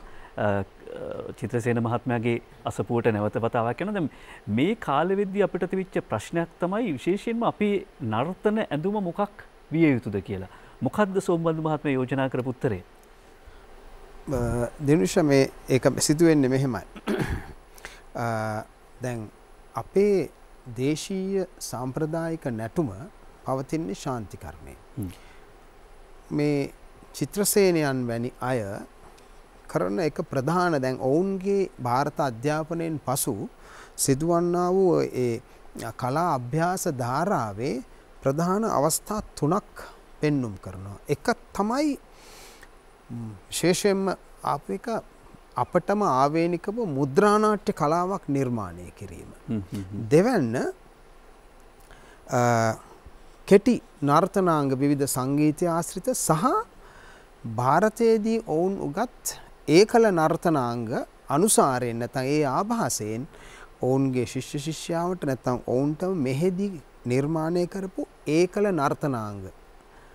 තෙවන්න අපේ දේශීය නර්තනයේ වේදිකා ආගමනය කියන්නේ දේශීය නර්තනයේ අරගෙන ඒවා වේදිකා නර්තන අංග හැටියට ප්‍රතිනිර්මාණය කිරීම. ඒතකොට ඒක වෙනමම කලාවක්. ඔබ වැනි රංග බහුශ්‍රුතෙක් පොඩි නිදසුන්නෙක් ඕක කිව්වනම් අපි වගේ අල්පශ්‍රුතෙන්ට හොඳට තේරෙනවා. ඔව් පැහැදිලිවම දැන් උදාහරණයක් හැටියට දැන් අපේ ශාන්තික දැන් උදාහරණයක් හැටියට අපේ ශාන්ති කර්මයේ තියෙන සාම්ප්‍රදායික නැටුම් දැන් අපි හිතමුකෝ කොහොඹා කංකාරියේ තියෙන කුවේණි අස්න නැටුම. ඒක කාන්තාවන් සඳහා ප්‍රතිනිර්මාණය වෙනකොට වේදිකාවට එහෙමනම් කාන්තා නර්තන ඇඳුමක් ඕනේ. දැන් මෙන්න මේ කාර්ය මුලින්ම කරන්නේ පියාණන් 948 වජිරාවන් සඳහා නිර්මාණය වුණු ඒ උඩරට නැටුමට සුදුසු කාන්තා රංග වස්ත්‍රයක් නිර්මාණය කිරීමෙන් වෙස් ඇඳුමේ ආభాසයෙන් එය නිර්මාණය කරනවා. සමාවෙන්න ඒ කියන්නේ මේ ලාංකීය ඉතිහාසයේ කාන්තාවන් සඳහා නර්තන ඇඳුමක් නිර්මාණය වුණු පළවෙනි අවස්ථාව මේ. නියමාකාරව ශාස්ත්‍රීය ඇඳුම් කට්ටලයක්. ඊට පෙර අර අපි කියන්නේ ඉම්ප්‍රොවයිස් කරලා තියෙන දෙයක් මොන හරි අරගෙන එහෙම තිබුණේ. එතකොට වජිරාවන් සඳහා මේ නිර්මාණය කරපු මුල් ශාස්ත්‍රීය රංග වස්ත්‍රය පසු කාලීනව 950 60 70 දශක වෙනකම්ම තාත්තම ඒක වර්ධනය කරනවා. විවිධ වර්ණ ඒකේ ප්‍රොපෝෂන්ස් වෙනස් කරමින් ඒ විතරක් නෙමේ පහතරට නැටුමේ කාන්තා රංග වස්ත්‍ර අනතුරුව සබරගමු නැටුමට මේ ආදී වශයෙන් ජන නැටුම් වලට ඒ වේදිකාවට එනකොට ඒ කියන්නේ වේදිකාව කියන මේ ස්ථානයේ කියන්නේ මේ රංගාලෝකය රාමුවකින් පේන දේ එතකොට ඒක රංග වින්‍යාසගත කරලා තියෙන ආකාරය මේ ඔක්කොම සලකලා වර්ණ එක්කලා මේ රංග වස්ත්‍ර කලාවක ඇත්තටම ලාංකේය නර්තන නූතන නර්තන රංගවස්ත්‍ර කලාවට අවශ්‍ය ව්‍යාකරණයක් හඳුන්වා දීම මගේ පියා විසින් කරපු කාර්යය. එතකොට දැන් මනුබන්දු මහත්මයා අපි මේ ඒ ව්‍යාකරණයම තමයි සමහරවට වරද්ද හරි එහෙම නැත්නම් මේ ඒ භාෂාවම තමයි මේ අපි අද දක්වා අපි පැහැදිලිවම මේ නර්තන රංග වස්ත්‍රවලදී ඒ දිගින් දිගටම ගොඩනැගිලා යම් වෙනස් වීම වෙන්න පුළුවන් යම් කිසි යම් අවස්ථාවල යම් පරිහානි තත්ත්වයන් වෙන්නත් පුළුවන්. නමුත් ඒ මූලික ආකෘතිය තමයි ගොඩනැගෙන්නේ දිගින් දිගට. ඔබ කියන්නේ මේ ටෙලිවිෂන් රියැලිටි ෂෝ එකේ භාවිත වෙන තැන දක්වා මේ ඇවිල්ලා තින්නේ ඒ ගමන. පැහැදිලිවයි. ඒක යම් වෙනස් වීම සිද්ධ වෙලා තිනවා. සමහර විට මේ අද රියැලිටි ෂෝ තත්ත්වයන් වලදී ඒක එක්තරා විදිහකට මට හිතෙනවා ප්‍රමිතිය පිළිබඳ තත්ත්වයක් තියෙනවා. විකෘතියක්. නමුත් මේ මුල් ආකෘතිය කිසියම් විදිහකට ඒ සම්පූර්ණයෙන් ඒක විකාශනය වෙනවා තවමත්. ඔව්. කුරුටු බණ්ඩාර මහතා ඔබතුමා අර ෆුට් නෝට් එකක් එකතු කරන්න පාදක සටහනක් එකතු කරන්න සූදානම්. රවි දැන් ඇත්තටම දැන් අපේ කොහොඹාකංකාරිය හෝ වෙනත් නර්තනයක් එලිමහනේ පන්දම් එළියෙන් එහෙම නැත්නම් මේ ලන්තෑරුම් එළියෙන් රඟ දක්වපු නර්තනයක්නේ. දැන් මේක නූතන රංගයේ විදුලි ආලෝකය මේ ඇතුව බොහොම සියුම් විදිහට මේ ප්‍රේක්ෂකයාට පේන්න පටන් ගන්න නර්තනයක් බවට පත් වෙන වේදිකාවට එනකොට. එතකොට මේ වේදිකාවේ මේ තරම් ලොකු විදුලි ආලෝකයක් එක්ක අපේ මේ වේශ නිරූපණය අර තොවිල්පලේ තියෙන වේශ නිරූපණය හරියන්නේ නැහැ. මේ විදුලි ආලෝකයත් එක්ක මේ ප්‍රේක්ෂකයාට ඊටාම තීව්‍ර විදිහට නිරීක්ෂණය කරන්න පුළුවන්. එතකොට මේ වේදිකාවට වේශ නිරූපණය කරනවයි කියන එකත් මේ රංගවස්තු නිර්මාණය කරනවයි කියන එකත් අලුත් ව්‍යාකරණයක් නතුව කරන්න බෑ. මේ නූතන තාක්ෂණයත් එක්ක අපි මේ සාම්ප්‍රදායික නර්තනය ගේනවා පින්තූර රාම්පු වේදිකාවට. එතකොට මෙතෙන්ට උචිත වේශ නිරූපණය ඊටාම සියුම් කලාව බවට පත් වෙන්න ඕන. අර ලන්තරුන් එළියෙන් හෝ පන්දන් එළියෙන් දකපු එක නෙවෙයි. අන්න ඒ වර්ධනය කිරීම ඒ ඉහළ ප්‍රමිතියට ගෙනාපු එක තමයි මට මං හිතන්නේ ඔබතුමා මං හිතන්නේ මේ අපිට මඟ පෙන්නුවා. ඒ තමයි දැන් අපි රංග වස්ත්‍ර පිළිබඳව කතා කළේ. වේශ නිරූපණය පිළිබඳව මෙතුමා අප කරනවා. පැහැදිලිවම දැන් මෙතුමා කී පරිදි එතන ඇත්තටම ඒක පැහැදිලිවම කිවහොත් මේ යුගයේ මේ කලාකරුවන් අතින් සිදු වුණේ අපි නර්තනයේ පැත්ත බැලුවොත් චිත්‍රසේනයන් වැනි නර්තන පුරෝගාමීන් අතිනුත් අනිත් පැත්තෙන් ඔවුන්ට සම්බන්ධ වෙන මගේ පියාගේ රංගවස්ත්‍ර කලාව අතිනුත් සිද්ධ වෙන දේ කාර්යය තමයි මේ අපේ නැටුම මේ රංගවස්ත්‍ර කලාව මේ අංග රචනා කලාව එක්තරා විදිහක ශාස්ත්‍රීය සම්භාව්‍ය තත්වයකට ගෙනීම. ඒ කියන්නේ ක්ලාසිකල් ආර්ට් එකක් හැටියට මේක වර්ධනය කිරීම. මේ ගැමි කලාව ගැමි ආభాසයන්. ඒ ගැමි කලාව. ඔව් ඒක ක්ලාසිකල් ආර්ට් එකක් හැටියට සම්භාව්‍ය කලාවක් හැටියට වර්ධනය කිරීම. ඊට අවශ්‍ය කරන යම් අනුපාන තමයි ಭಾರತයෙන් සමහර විටක බටහිර රංගයෙන් බටහිර කලාවෙන් ඒව අරගෙන අර මෙතුමා කී විදියට බොහොම සියුම් විදියට ඒවා සියත්කරණය කරගෙන ඇත්තටම ඔවුන් සියලු දෙනාටම ඒ සඳහා බලපෑවේ ටාගෝරයන්ගේ දර්ශනයමයි. මොකද ටාගෝර තුමා බොහොම මේ විවෘත විදිහට පෙරදිගින් සහ බටහිරින් දේවල් මෙහෙම අරගෙන සංකලනය කළා. එතුමාගේ ඉතා හොඳ ලස්සන කියමනකුත් තියෙනවා. ඒකට දැන් අර ප්‍රතිභාපූර්ණ කලාකරුවාට තියෙන සුවිශේෂ ලක්ෂණයක් බැහැරින් ණයට ගැනීමට ඔහුට තියෙන සුවිශේෂී හැකියාව. ඔහු කියනවා සංස්කෘතිය නැමැති ලෝක වෙළඳපළෙහි ඔහුට අසීමිත ගෙනුම් තියෙනවා. ඒ ගෙනුම් වලින් ණයට ගන්නවා. හැබැයි තමා නොදැනුවත්වම මෙසේ ගැනීමට බය වෙන්නේ අපරිණත කලාකරුවයි. මොකද එය තමුන්ගේ මුදලින් ආපසු ගෙවා ගන්නට වෙනත් විදියකට කිව්වොත් එය සියත්කරණය කරන්නට ඔහු අපොහසත් වන නිසා. ටාගෝරයන් අන්න ඒ දෙය බොහොම සාර්ථකව සහ පුළුල්ව කරා. ඒ ආభాසය මේ සියලු දෙනාටම තියෙනවා. අමරදේවයන්ගේ කලාව තුලත් මේක ඊටාම සුන්දර විදිහට එනවා. එතුමත් ඒක අනුගමනය කරපු සහ ඒ ප්‍රකාශ කරපු කෙනෙක්. ඔබ මේ අතුරු ප්‍රශ්නයක් මම මේ අහන අමරදේවයන් පිළිබඳව සඳහන් කරපු නිසා අමරදේවයන් අතරේ අත නිතර රැඳුණු මේ ප්‍රේමණීය වාද්‍ය උපකරණය ඒක තනද්දි කොහොමද සෝමබන්දු මහත්මයා මැදිහත් වෙන්නේ? මැන්ඩෝ හාප් එකනේ නම දාලා තියෙන්නේ. එතුමා නිතරම ගීත නිර්මාණය කරද්දිත් ගයද්දිත් මේ ශ්‍රුතිය තියාගන්නට මේ මොකද එතුමා වයලීන වාදකයෙක්. හුඟක් වෙලාවට කම්පෝස් කරන්නෙත් මේ නිර්මාණය කරන්නෙත් වයලීනේ. මෙහෙම ප්ලග් කරලා. අර ප්‍රසංග තලයට එනකොට වේදිකාවේ අර අත පාළුවට තියන්නේ නැතුව මෙහෙම භාණ්ඩයක් අතට අර මැන්ඩලින් එක ඉතින් ඒක බටහිර භාණ්ඩයක්නේ. පෙරදිග ආරක් සහ හැඩයක් තියෙන භාණ්ඩයක් අවශ්‍යයි කියන අදහස මත මේ මගේ පියාට කිව්වා මේ බොහොම මේ සමීපයේ දෙන අතීතයේ හිටම චිත්‍රසේන කලායතනයේ එක කාමරේ එකට හිටපු අය.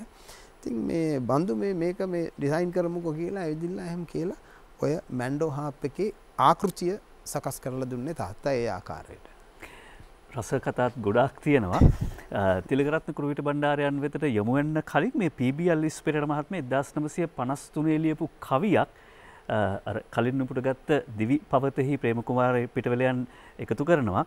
ඒ තමයි මේ මෙතනදී මේ විශේෂම මේ තම්බපන්නි ආයතනයේ විසින් නිෂ්පාදනය කරපු තිත්ත බත ඉඟිනලුව පිළිබඳව තමයි මේ කවිය ලියන්නේ. නියඟදාරා නිපාතය සාගතය ඇනුවා වගේ මීයෙන් පෙම් කුමාරගේ රැඟුම් සුළඟක් වගේ දිව එන කුඹුරු යායෙන් පෙම් කුමාරගේ ප්‍රේම කුමාරය පිට වෙලා. සෝමබන්දුගේ ඇඳුම් සැරසිලි රැගත් මෙනි උරු විසිගේ සායෙන් ඌර්වශියගේ සායෙන් කපල මහපු ඇඳුමක් කියලා මේ තමයි පී.බී. අලිස් පෙරේරා මහත්මයාගේ කවි බස. තිත්ත බත පන ගැනුනි ඇල්බර්ට් පෙරේරාගේ මියුරු ගීයෙන් ඒ ඇල්බර්ට් පෙරේරා කියලා කිව්වේ මේ කල අපි හඳුන්වන ආචාර්ය අමරදේවයන්.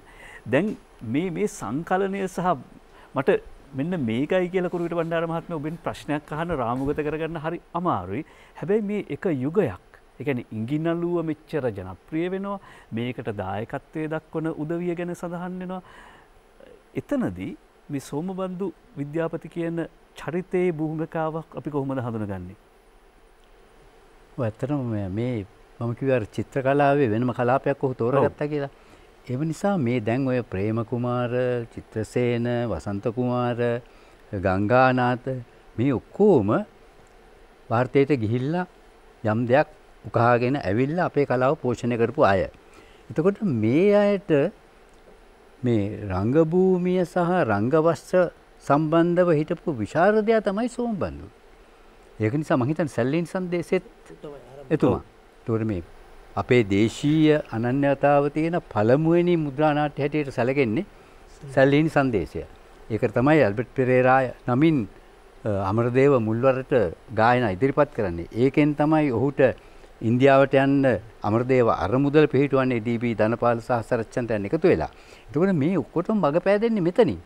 ඉතින් දැන් මේ මුල් අවදියේ මේ නව කලා නව සංස්කෘතික ප්‍රබෝධයේ රංගභූමිය හා සම්බන්ධ වෙනකොට හැම කෙනාටම ගංගානාථටත් ප්‍රේම කුමාරටත් චිත්‍රසේනයන්ටත් වසන්ත කුමාරටත් මේ ඔක්කොටම ඉන්න රංගවස්ත්‍ර සහ රංගායත්තම් විශාරදයා තමයි සෝමබන්දු. ඉතින් එතුමාටත් සැලීන් සංදේ සිටම නල දමයන්ති කරදිය දක්වා එනකොට එතුමාටත් ලොකු කෘතහස්තභාවයක් අත්දැකීම් සම්භාරයක් අත්පත් වෙනවා. ඒ නිසා තමයි මේ නල දමයන්ති එනකොට එතුමාගේ කලාවෙත් ලොකු ප්‍රවර්ධනයක් ප්‍රමිතියක් ඇති වෙනවා. ඉතින් අපිට ඒක හොඳට පේනවා සැලීන් සංදේශයේ ඉඳලා තිත්තබත වසන්ත කුමාරගේ ප්‍රේම කුමාරගේ මේ නාට්‍යාවලිය දිහා ආරම්භ බලනකොට එතුමාත් මේකත් එක්ක වර්ධනය වෙනවා. ඉතින් ඒක අර නල දමයන්ති කරදිය වෙනකොට ඒක ජාත්‍යන්තර මට්ටමේ රංගවස්ත්‍ර නිර්මාණයක්, වර්ණ භාවිතයක්, චලනයක්. දැන් මම හිතන්නේ රවි ඔබ දෙපළම කිව්වා මනුත් කිව්වා මේ තාත්තා නර්තනයත් හැදෑරුවා කියලා. මම හිතන්නේ එතුමාගේ චිත්‍ර කලාව ඇතුලේ මේ නර්තනයේ චලන සහ රිද්මය හැම දෙයකම තියෙනවා. මම හිතන්නේ මේ නර්තනය හැදෑරීම බලපාන්නේ නැති ඔහුගේ රංගවස්ත්‍ර සහ චිත්‍ර කලාවට. ඔබතුමා අපිට මේ පුළුල් ජනේලයක් ඇරලා දෙනවා ඈත බලන්න කියලා. මොකද මේ චිත්‍ර කලාපයට අපිට පිවිසෙන්න පුළුවන් ඔබතුමාවේ ඇරලා දෙන ජනේලයත් එක්කම කවුළුවත් එක්කම ඔබතුමාට මේ කවුළුව ඇරලා දුන්නායින් පස්සේ අපි සමුදෙනවා බොහොම ගෞරවයෙන්. හැබැයි එක ප්‍රශ්නයක් තියෙනවා. ඒ තමයි දැන් අපි මේ කතා කරන යුගයේදී ඒ කියන්නේ ඉන්දියානු මහා සංස්කෘතියේ ආభాසය අරගෙන දේශීය සම්ප්‍රදායත් මුසු කරලා අපේ කියලා අනන්‍යතාවක් හදාගන්න ගත්ත උත්සාහය අද නැහැ. කොතනදද මේක නතර වුනේ? මම දන්නවා සරල ප්‍රශ්නයක් නෙවෙයි. බොහෝ කලාවන්ගේ අර අඛණ්ඩ පරිණාමය අපිට දකින්න බෑ. මොකද මේ අතරමඟදී යම් බාධක ඇවිල්ලා මේ සංස්කෘතික ගමන අඩපණ වෙච්ච තැන් තියෙනවා. ඒක එකක් තමයි මම කිව්වේ අපි මේ ජාත්‍යන්තීකරණය වෙන්න උත්සාහ කරනවා. කොහොමද අපි ජාත්‍යන්තීකරණය වෙන්න හදන්නේ? ටාගෝර්තුමා ජාත්‍යන්තීකරණය වුණේ ඒ වංග අංග ලක්ෂණ සහිතව. මේ නිසා අපි මේක බලහත්කාරයෙන් කරලා අපි අර වාහනයක පිටිපස්සේ රෝද දෙක ඉස්සරහා රෝද දෙකට කලින් යන්න හදනවා වගේ වැඩක්. මේක નિરાයාසයෙන් ක්‍රමානුකූලව යා යුතු ගමනක්. දැන් අපි හදන්නේ අර බටහිරකරණය වෙලා ජාත්‍යන්තරීකරණය වෙන්න. ඉතින් ඒ නිසා මේ අඛණ්ඩ ගමන අපිට දකින්න නැහැ. අද සංගීතය ආරම්භ බලන්න. චිත්‍ර කලාව ආරම්භ බලන්න. මේ හැම දෙයකම අපි ජාත්‍යන්තරය වෙන්න මේ ආයාස කරව යන්න හදනවා. ඉතින් මේකෙදි අපිට අර අපේ අඛණ්ඩව ආපු ගමන යන්න බෑ. ඉතින් මේ නිසා තමයි අද අපි සෝමබන්දු ගැන කතා කරන්න වෙන්නේ. චිත්‍රසේනයන් ගැන කතා කරන්න වෙන්නේ. අමරදේවයන්ගේ සංගීතය ගැන කතා කරන්න වෙන්නේ. දැන් අර මේ රවි කිව්වා වගේ මේ ජගත් සංස්කෘතික සංචිතයෙන් අපි අරගෙන දේවල් මේක මිශ්‍ර කරන්න පුළුවන් වෙන්නේ හොයන්න බැරි වෙන්න ප්‍රබුද්ධත්වයට පත්වෙච්ච කලාකරුවන්ට. දැන් අමරදේවයන්ගේ ගීතයක උත්තර භාරතීය රාගදාති ලක්ෂණ තියෙනවා, ජන සංගීතයේ, ජන කවියේ, ජන ගීතයේ ආభాසය තියෙනවා, බටහිර සංගීතයේ යම් යම් මේ ගුණාංගත් තියෙනවා. හැබැයි අපිට මේක බටහිර ලක්ෂණ මුකුත් පේන්නේ නැහැ. අපිට පේන්නේ මේ අපේම ගීතයක් හැටියට. ඒක පෝෂණය කරලා තියෙනවා ඒවැ. දැන් එහෙම ප්‍රබුද්ධ නොවන යම් කෙනෙක් බටහිර සංගීතයේ යමක් ගත්තාම අපිට පේනවා මේක බටහිර කියලා එල්ලලා තියෙනවා. බටහිරින් අරගෙන ඇඳුමක් ඇඳුවා වගේ අපිට කැපිලා පේනවා. මේක අපේ උනේ නෑ. ඉතින් අන්න ඒක තමයි සෝමබන්දුන් කරේ. මේ එතුමා පිකාසෝගෙන්, රෙම්බ්‍රාන්ට්ගෙන් මේ හැම දෙනාගෙම පෝෂණය ලැබුවා. එතුමා කියනවා මම ගුරුතන්හි තබා ගත්ත මේ බටහිර ශිල්පීන්. හැබැයි කෝ අපි දකින්නවද එතුමාගේ චිත්‍ර කලාව තුල, රංගවස්ත්‍ර තුල, රංගාභරණ තුල මේ ලක්ෂණ? බෙල්ලන්විල විහාරයට ගිහිල්ලා චිත්‍ර විහාරයට අපි ගියාම මේක මහා හාස්කමක් කියලා හිතෙනවා නේද? මේ සුචරිත ගම්ලත් කියලා තියෙන්නේ අමෘත හස්තය කියලා. බෙල්ලන්විල සෝමබන්දුන්ට තිබුණේ අමෘත හස්තයක්. ඉතින් ඒ අමෘත හස්තයෙන් තමයි මේ බෙල්ලන්විල විහාරය කළේ කියලා. කිරිවෙහෙරේ ධාතු ගර්භයේ විහාර මේ චිත්‍ර කළේ කියලා. මයංගනේ දේවතා කොටුවේ චිත්‍ර කළේ කියලා. ඉතින් මේවා තමයි ප්‍රබුද්ධත්වයේ ලක්ෂණ. ඔව්. ඔබතුමා මූලික ප්‍රශ්නෙටම දීපු උත්තරේදී කිව්වා අපේ හැඳුනුම්පත පිළිබඳ ප්‍රශ්නේ. ඒ කියන්නේ දැන් අපේ හරියට නිකන් પાස්පෝර්ට් එක අරගෙන රට ගියාට පස්සේ පාස්පෝර්ට් එක කවුරු හරි ගත්තොත් ආයේ අපිට ගැලවීමක් නැත. එතකොට 1940 ඒ කියන්නේ නිදහසට කලින් යුගයේ තිබිච්ච තැනටම දැන් ආයි අපි ඇවිල්ලා තියෙනවා. දැනිත් අපි ඉන්නේ අපේ પાස්පෝර්ට් එක නැතුව, අපේ හැඳුනුම්පත නැතුව. එතකොට නව යටත් විජිතවාදයට මුහුණ දෙන්න අපිට ශක්තිමත් කශේරුකාවක් හදාගන්න තිබුණ ඔබතුමා කියන විදිහට අර අපේ සංස්කෘතික හරය හරියට හදාගත්තා නම්. ඒක නේද අපි මේ කතා බහේ පෞගිය කාලේ අපි දැක්කන්නේ අපේ සංස්කෘතික මුල් හිඳිලා අපි අයාලේ ගිය හැටි. අපේ කම නැහැ, අපේ ජාතිකත්වය නැහැ, අපේ නාට්‍ය කලාව නැහැ, අපේ ඇඳුම නැහැ, අපේ සංස්කෘතිය නැහැ. මේ ඔක්කොම අතහැරලා දාලා අපි කොහෙදෝ නිකන් පාවෙන්න පටන් ගත්ත උපපාතිකව. එහෙම ගමනක් ගියාම අපේ සංස්කෘතිය වල්වදිනවා කියන එක අහන්න දෙයක් නැහැ. ඉතින් මේ නිසා අපිට නැවත එකතෙන් වෙලා මේ ගමන ආපහු පටන් ගන්න ඕනේ. අපි වැරදිච්ච තැනට ගිහිල්ලා එතන ඉඳලා. මෙතන ඉඳලා ගිහිල්ලත් හරියන්නේ නැහැ. මොකද මෙතන ලොකු හිඩැසක් තියෙනවා. එතකොට අපිට අර පාර වැරදිච්ච තැනට ගිහිල්ලා එතන ඉඳලා ඕනේ අපේ නැවත අපේ මාවත හොයාගෙන යන්න. ඉතින් ඒකට තමයි මේ සාකච්ඡාව ඕනේ. ඔව්. ඇත්තටම ඒ පාර වැරදිච්ච තැන් කොතනද සහ මං වැරදිච්ච තැන් කොතනද කියලා හොයා බලන්න පුළුවන් මෙහෙම කතිකාවතකදී. අපිට මේ එක කතිකාවතකින් මේ එක රැයකින් මේ සියල්ල පහන් කරන්න අමාරුයි. හැබැයි අඩුතරමින් හිතන්න පටන් ගන්න පුළුවන්. අපි සමුදෙන ඔබතුමාට මේ අත්දැකීම් සම්භාරය, දැනුම, ඒ ගුණය සියල්ල නොමසුරුව පරිත්‍යාග කළාට බොහොම ස්තුතියි. ඔබතුමා කිව්වා මේ තාගෝර්තුමා ගැන කතා කරද්දී එහෙම නැත්නම් ශාන්තිනිකේතනය ගැන කියද්දී මේ වංග අංග ලක්ෂණ සහිත ගීත කියලා. දැන් අපිට පුළුවන් එහෙම වංග අංග ලක්ෂණ සහිත ගීයක් රස විඳින්න. අපි තිලිනි රොද්රිගුට ආරාධනා කරනවා ඒ ගීය ගයන්න.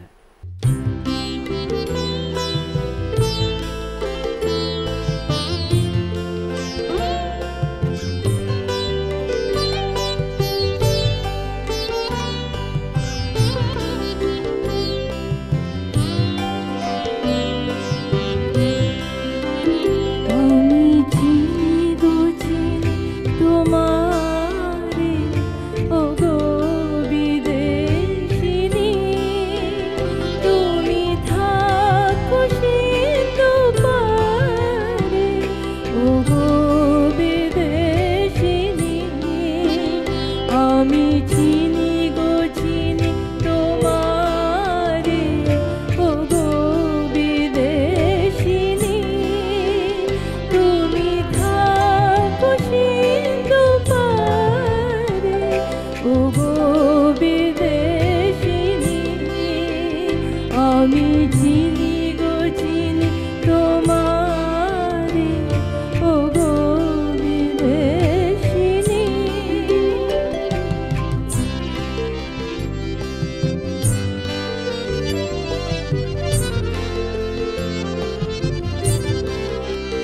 তোমায় দেখেছি শরদ প্রাতে, তোমায় দেখেছি মধুবিরাতে, তোমায় দেখেছি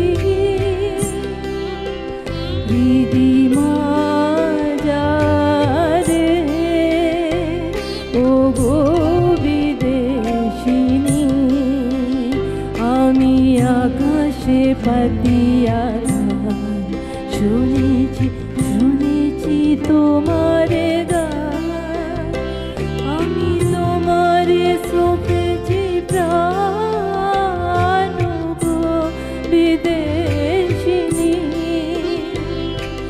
ভুবন ভ্রমিয়া শেষে আমি এসেছি নতুন দেশে, আমি এসেছি তোমার দ্বারে ও গো বিদেশিনী, আমি চিনি গো চিনি তোমারে ও গো বিদেশিনী, তুমি থাকো সিন্ধু পারে ও গো বিদেশিনী, আমি চিনি গো চিনি তোমারে ও গো বিদেশিনী।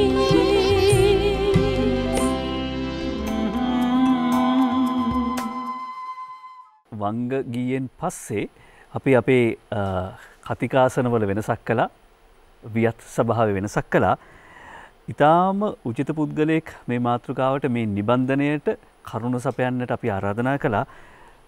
බෙල්ලන්විල සිත්තරා සෝමබන්දු විද්‍යාපති කියන චිත්‍ර ප්‍රඥා, කලා ප්‍රඥා හඳුන්වන්න මේ කෘතියම ප්‍රමාණවත්. බෙල්ලන්විල සිත්තරා මේ කෘතිය සංග්‍රහ කරන්නේ මහාචාර්ය සරත් චන්ද්‍රජීවයන්. එතුමාට ආරාධනා කර සිටියා. පැමිණීමට බොහොම ස්තුතියි මහාචාර්යතුමනි. ආයුබෝවන්. චිත්‍ර විෂය ගැන මහාචාර්යවරයෙක්ගෙන් චිත්‍ර විෂය ගැන මොන්ටිසෝරි ළමයෙක් ප්‍රශ්නයකට කමක් නැද්ද මහාචාර්යතුමා? කමක් නැහැ. බොහොම ස්තුතියි අවසරයට. මෙතනේ පරතරයක් නැහැනේ. හැබැයි අර බෙල්ලන්විල චිත්‍ර දිහා බැලුවම අර අඩි වර්ග අඩි 4000 ගාණක් විතර විශාල චිත්‍ර දිහා දැන් ඔබත් එක්ක කතා කරලා ගියාට පස්සේ මම ගිය සතියන්ත ගිහිල්ලා බැලුවා. ඒ ගියාම දැනෙන්නෙත් මගේ කුදු බව පසක් වෙීමට කියලා. ඒ වගේ දැන් බුදුමාලා ආවෙන් පස්සේ අපිට මේ චිත්‍ර විෂය පිළිබඳ තියෙන අල්ප දැනුම පිළිබඳව ලොකු චකිතයක් දැනෙනවා. මහාචාර්යතුමනි, මේ අපි චිත්‍රයක් අඳිමුද? සෝමබන්දු විද්‍යාපති මහත්මයා බිහි වෙන පරිසරය පිළිබඳව. මෙහෙමයි, මේ සෝමබන්දු විද්‍යාපති මහත්මයාට ඉතා හොඳ ඉංග්‍රීසි අධ්‍යාපනයක් තිබිලා තිනවා කුඩා කාලේ. කුඩා කාලෙම ඔහුට ජාත්‍යන්තරව ඒ වෙනකොට අධ්‍යාපනයක් ලබන්න පුළුවන් චිත්‍ර ශිල්පීන්, කවියෝ, සාහිත්‍යදරයෝ ගැන ඔහු කියවලා තිබුණා. ඒ අර සාන්ත තෝමස් විද්‍යාලයට ගියපු නිසා වෙන්නේ නැතිනේ. ඔව්, ඒකයි. ඉතින් ඔහු ද්විභාෂා කතනය පුළුවන් වෙච්ච කෙනෙක්. ඒක තමයි ඔහුගේ තිබිච්ච විශේෂත්වය. මොකද ඔහුට විශ්වීය දැනුමක් ග්‍රහණය කරගන්න හැකියාවක් තිබුණා. අනිත් එක ඊට අමතරව මම හිතන්නේ සෝමබන්දු මහත්මයාට මේ සංස්කෘත, වංග භාෂාව වගේ ඒවා සුළු වශයෙන් මේ කතා කරන්න පුළුවන්කම තිබුණා, පරිශීලනය කරන්න පුළුවන් තුන. විශේෂයෙන්ම සිංහල, ඉංග්‍රීසි භාෂා දෙක පිළිබඳව ඊටාම මේ පෘතුල දැනුමක් තිබුණා. මේක තමයි රහස කියලායි මම විශ්වාස කරන්නේ. හේතුව මොකද, මේ දැන් උදාහරණයක් ඇටියට ඔහුට පරම්පරාවෙන් නර්තනය පිළිබඳ කුසලතාවය හම්බුණා, මේ අභ්‍යාස හම්බුණා මව් පාර්ශවයේ. ඊට පස්සේ ඔහු මේ මර්දානේ ටෙක්නිකල් කොලෙජ් එක ජේ.ඩී. පෙරේරා මහත්මයාගේ ප්‍රධානත්වයෙන් ඒ කාලේ පටන් අරගෙන තිබුණා මේ චිත්‍රකලා පාඨමාලා. ඒ පාඨමාලාවට ඇතුල් වුණා. ඒ පාඨමාලාවට ඇතුල් වෙලා චිත්‍රකලාව පිළිබඳව හැදෑරුවා. ඒත් එක්කම මේ කාලේ එතකොට දැන් මොන වගේ චිත්‍ර සම්ප්‍රදායන් එතකොට උගන්වන්නේ නැත්තේ? සහ අපි දන්නවා දැන් 43 කණ්ඩායමෙන් පස්සේනේ සෝමබන්දු මහත්තයලා වගේ උදවිය එන්නේ. එතකොට ලංකාවේ චිත්‍රකලාව කොතනද තිබුණේ? නෑ, ඊට පෙර මේ මම මේ කියන්නේ 1930 ගණන් වල 40 ගණන් වල මුල උදාහරණයක් ඇටියට මේ සෝමබන්දු මහත්මයා පාසල් අධ්‍යාපනය ඉවර කරනවා. ඉවර කරාම ඒ පාසලේම ඉන්නවා ශාන්තිනිකේතනයේ ශිල්ප හදාරපු සකල සූරිය කියලා චිත්‍ර ගුරුවරයෙක්. ඔහුගෙනුත් මේ ආభాෂය ලැබෙනවා. ඊට පස්සේ ඔහු මරදානේ කාර්ම විද්‍යාලයේ චිත්‍රකලා පාඨමාලාවට ඇතුල් වෙනවා. දැන් මරදානේ චිත්‍රකලා පාඨමාලාවේ ඉගැන්වුවේ බටහිර චිත්‍රකරණය ප්‍රධාන වශයෙන්ම. එතකොට සෝමබන්දු මහත්මයා මේ දෙකම ඉගෙන ගන්නවා. ඊට පස්සේ තමයි ඔහු ශාන්තිනිකේතනයට යන්නේ. ශාන්තිනිකේතනයේදී ඔහුට ලෝක ප්‍රකට චිත්‍ර ශිල්පියෙක් ඒ වගේම ගුරුවරයෙක් වෙන නන්දලාල් බෝස් වගේ කෙනෙක් යටතේ අධ්‍යාපනය හදාරනවා. ඒ වගේම මූර්ති ශිල්පියෙක් හිටියා ඒ කාලෙම එම විශ්වවිද්‍යාලයේම රාම්කින්කර් බාජ් කියලා ඔහු යටතේ හදාරනවා. ඒ වගේම නර්තන ශිල්පියෙක් හිටියා ක්‍රිෂ්ණ මෙනන් කියලා. මේ තුනම ඔහු හැදෑරුවා මේ විශිෂ්ට ගුරුවරු යටතේ. ඉතින් අත වශයෙන්ම සෝමබන්දු කියන්නේ හයිබ්‍රිඩ් එකක්.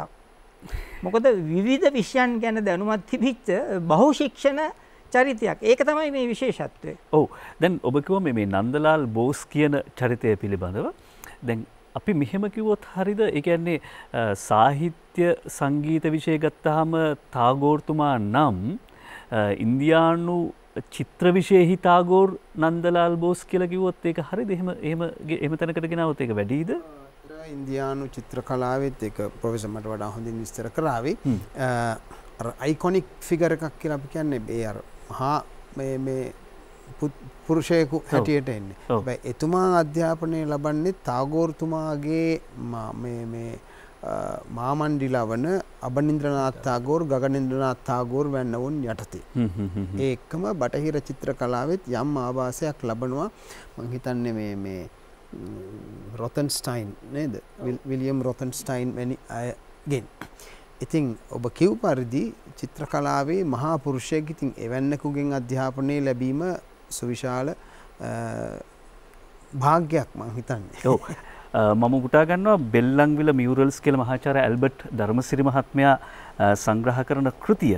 එහිදී කියනවා rhythmic line the dominant characteristic of the art of Nandalal Bose had a lasting influence of the art of Somabandhu. එහෙම කියලා ඒ කියන්නේ මේ නන්දලාල් බෝස් කියන චිත්‍ර ශිල්පියාගේ ආభాසය ඊටාම හොඳින් දකිනවා කියලා කටු සටහන් දෙකක් පෙන්නනවා.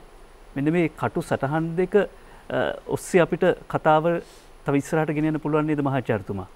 මේ කටු සටහන් දෙක අපි තෝරගන්නේ විශේෂයෙන්ම මෙන්න මේ රේඛා සටහන් දෙක, මුද්‍රා දෙක, හස්ත මුද්‍රා දෙක. මහාචාර්යතුමනි? ඔව්. ඔව්. 1945 දී තමයි ශාන්තිනිකේතනයේදී ඉගෙන ගන්නේ ඔය කියන ප්‍රඥාවත් එක්කලා වැඩ කරන්නේ. ඉතින් අත් වශයෙන්ම මේ වගේ ආයතනවල වැඩ කරනකොට ඉගෙන ගන්නකොට මේ ශිෂ්‍යෝ කියලා නිකන් මේ යම් කිසි මේ ප්‍රායෝගික දේවල් වලට විතරක් සීමා වෙලා කටයුතු කරන්නේ නැහැ. ඒගොල්ලෝ තමන්ගේ ගුරුවරු එක්ක එක හා සමානව තමයි වැඩ කරන්නේ. නමුත් දැන් මෙතන පේනවා මේ හිටපු මේ මහා ප්‍රඥයෝ ඒගොල්ලන්ට මේ බටහිරද ඉන්දියාවද ඉංග්‍රීසිද බෙන්ගාලි භාෂාවද කියලා සීමාවල් තිබු හදාගෙන හිටියේ නැහැ. ඒගොල්ලෝ ගන්න පුළුවන් හැමතැනකින්ම ගත්තා. අරගෙන Tamanට ඕන නිර්මාණ කටයුතු කරා. ඒ වගේම තමයි මං හිතන්නේ සෝමබන්දු මහත්මයාටත් ඒ පුරුද්ද තිබුණා. 1947 දී ඔහු නැවත වරක් දකුණු ඉන්දියාවේ කේරළයේ ට්‍රැවන්කෝල් විශ්වවිද්‍යාලයට ඇතුල් වෙනවා. ඇතුල් වෙලා එහිදී නැවතත් ඔහු හදාරනවා දකුණු ඉන්දියානු මූර්ති, දකුණු ඉන්දියානු චිත්‍රකලාවන් සහ ওই රංග වස්ත්‍ර නිර්මාණය කිරීම එතනදී තමයි ඇත්ත වශයෙන්ම හදාරන්නේ. එතකොට දකුණු ඉන්දියානු මූර්ති කලාවේ තියෙන විශේෂ ලක්ෂණ, ඒවල තියෙන මේ ඉරියව්, ඒත් එක්කම ඒවල තියෙන රංග වස්ත්‍ර විදිහවල් මේ මෙයාට අධ්‍යයනය වෙනවා. ඇත්ත වශයෙන්ම සෝමබන්දු මහත්මයාගේ චිත්‍ර බැලුවොත් ඒව ඇතුලේ මේ ඉන්දියාවේ විශේෂයෙන් දකුණු ඉන්දියාව සහ ලංකාව ඊළඟට ආසියාතික කලාපේ දැන් උදාහරණයක් ගත්තොත් පිරිමි දේහයේ උඩුකය නිරුවත් නේ. ඒ වගේ ඇඟකට කොහොමද රංග වස්ත්‍ර නිර්මාණය කරන්නේ කියන එක හරි අපූර්ව විදිහට කරන්නේ. ඇයි කොහොමද ඒක කරන්න පසුබිම එන්නේ? ඔහුට මේ වයඹ දිග ඉන්දියාවත් ඊට පස්සේ දකුණු දිග ඉන්දියාවේ තිබිච්ච මේ මහා සංස්කෘතීන් එහා මෙහා යෑමේ හැකියාව. ඒත් සමගම ඔහු මේ බටහිර ශාස්ත්‍රාලීය රූප පිළිබඳව හොඳට අධ්‍යයනය කරපු කෙනෙක්. ඒක පස්සේ කාලේ මම මේ අධ්‍යයනය කරපුවාම හොඳටම පේනවා බටහිර ශාස්ත්‍රාලීය කලාව තුළ මානව දේහය පිළිබඳව කරන විශේෂ අධ්‍යයනවලදී ඒ හොඳ හුරුවක් මේ තිබිලා තියෙනවා සෝමබන්දු මහත්මයාට කියලා. හේතුව මොකද? ඇත්ත වශයෙන්ම මේක හිතුවාම කල්පනා කළා දැන් බෙන්ගාලි ඔය රබින්ද්‍රනාත් විශ්වවිද්‍යාලයේ වුණත් ඔරියන්ටල් එහෙම නැත්නම් ඔය ප්‍රාචීන කලාවල් හදාරන අතර මානව රූපය ඒවවල තියෙන කාය විච්ඡේදනය ඇනටමි එක එහෙම අනිවාර්යයෙන්ම මේවල උගන්වනවා. ඒක බටහිරින් ආපු එකක් තමයි. එතකොට ඒව ඔක්කොම මේ හොත්තට ග්‍රහණය කරගෙන තියෙනවා කියලා මට හිතෙන්නේ මේ සෝමබන්දු මහත්මයා. මොකද ඔහුගේ මේ බහුශික්ෂණ මේ හැඩය ඔහුගේ සියලු වැඩවල පේනවා. ඔව්. දැන් අර පන්නිපිටිය කියන ග්‍රාමයේදී බලි තොවිල් වල අඳින හැඩතල ඒ වර්ණ ඊට පස්සේ ටෙක්නිකල් එකට ගිහිල්ලා ඉගෙන ගන්න විෂය දැනුම ඊට පස්සේ ඉන්දියාවේදී ලබන දැනුම අර කලින්ම කිව්වාගේ අර පෙළපොත්වල මේ මිෂනාරි පාසලේ ඉගෙන ගන්න පෙළපොත්වල තිබිච්ච දේවල් සහ උකහා ගන්න කියවීමෙන් ලබන දැනුම මේ ඔක්කොම එක්ක අර ඔබතුමා කියපු කාරණා ටික දැන් ඒ ලක්ෂණ දැන් මේ බෙල්ලන්විල චිත්‍ර කියලා කියන්නේ එතුමන්ගේ පරිපාකයටපත් නිර්මාණ අස්වැන්නනේ පරිපාකයටපත් සෝමබන්දු විද්‍යාපති කියන කලා ප්‍රඥාගේ අස්වැන්න. ඒකට මේ කියපු බලන්න අර මුලින් අපි දැක්කනේ අර කතකලි නර්තනය පිළිබඳව ප්‍රේමකුමාර පිටවෙල මහත්මයා ලියපු පොතට ඇඳපු කටුසටහන් වල ඉඳලා මේ දක්වා වර්ධනය හඳුනා ගන්නට පුළුවන්. ටිකක් බරසාර ශාස්ත්‍රීය කතාවක්. හැබැයි මෙහෙම හරි වේදිකාවක් නොතැනෙනවා නම් අපි කොහේද මේවා කතා කරන්නේ? තවත් ගීතයක් විඳින්න සූදානම් මහාචාර්ය කෝලිත බානු දිසානායක සූරීන්ට නැවත වතාවක් ඇයුම් කරනවා භජන් ගායනයක් අපි වෙනුවෙන් සංග්‍රහ කරන්න කියලා.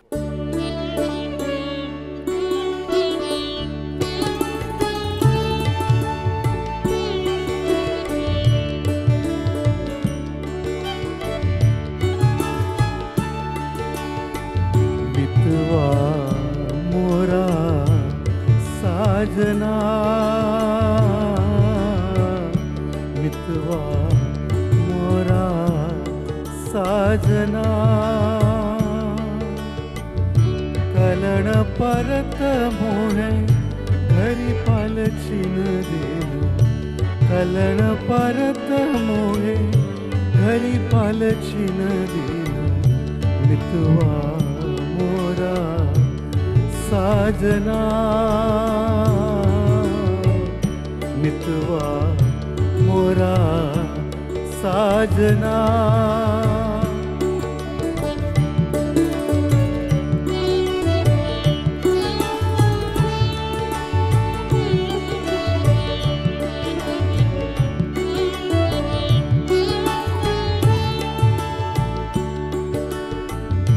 तड़पत मोरा जिया बिन पिया तड़पत मोरा जिया बिन पिया राह तकत मोरे पतरी नैना राह तकत मोरे पतरी नैना मितवा मोरा साजना मितवा मोरा साजना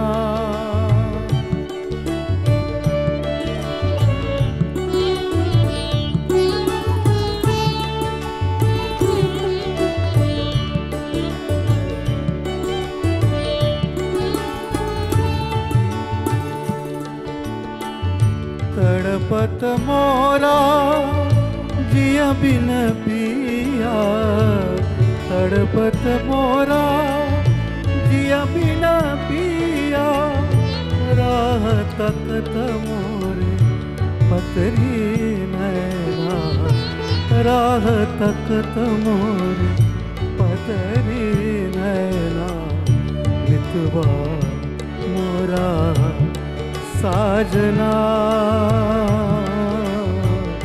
मितवा मोरा साजना कलण परत मोहे घरी पाल छिन देना कलण परत मोहे घरी पल छिन देना मितवा मोरा साजना मितवा मोरा साजना साजना साजना. අද මට කාලේ ඇබින්දත් හරි වටිනවා. හරි පරිස්සමෙන් පාවිච්චි කරන්න ඕනේ. මේ අපි අහලා තියෙනවා මේ ඔය කරදිය ඉඟිනලුව කරන කාලේ අමරදේව මහත්තයා ඊට පස්සේ චිත්‍රසේන මහත්මයා සහ ඔබේ පියා කෝච්චියෙන් යනවා කියලා මාතර විශේෂයෙන්ම අමරදේවයන් සහ චිත්‍රසේනයන් දෙපළ මාතර නැටුම් පන්තියක් සංගීත පන්තියක් කරන කාලේ එතුමා චිත්‍රසේනයන් ඒ කෝච්චියේ යන්නේනකොට දැකපු දර්ශනයේ මේ දීවර ජීවිතයේ මුහුදු වෙරළේ. ඒ ඔස්සේ තමයි එතුමාට ඒ සංකල්පය පහළ වෙන්නේ කරදිය නිර්මාණය කිරීමට.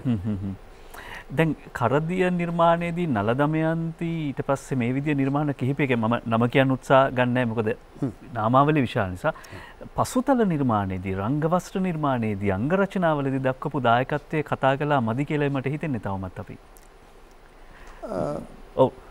මට ඒකන පොඩි පසුබිමක් කියන්න එහෙනම් ඉඩ දෙන්න. මේ දැන් ඔය රංග වස්ත්‍ර කලාවට සහ පසුතල දර්ශන රංග භාණ්ඩ ආභරණ නිර්මාණය ඒ සඳහා තාත්තට මුලින් ඔය ආభాසයේ එන්නේ නැත්නම් ඒ යොමු කිරීම එන්නේ චිත්‍රසේනයන්ගේ පියාගෙන්. සීබර්ට් ඩයස් එතුමා නාට්‍යවේදියෙක් ඉංග්‍රීසි සිංහල භාෂා දෙකෙන්ම රංගනය කරපු ෂේක්ස්පියර් නාට්‍ය කරපු ඒ තරුණ වයසේ දැන් චිත්‍රසේනයන් හා ඇසුර තිබුණ යුගයේදී එතුමා තමයි චිත්‍රසේනයන්ගේ මුල්ම ආභරණ නිර්මාණය කරන්නේ. ඒ ආభాසය අපේ පියාට තියෙනවා. ඉන්පසුව 947 දී ඒ යුගයේ වෙනකොට ඒ තාත්තගේ තිබුණ චිත්‍රකලා හැකියාව ඔස්සේ චිත්‍රසේනයන්ට හිතනවා රංග වස්ත්‍ර මේ පසුතල දර්ශන නිර්මාණය කරනවට. ඉතින් ඒ සඳහා මුල් යොමුවීමත් එක්තරා විදිහකට චිත්‍රසේනයන්ගෙන් එන්නේ. ඒ කියන්නේ අර වෘත්තීය මට්ටමින් ඒට ප්‍රවිෂ්ඨ වන්නට. ඔව්.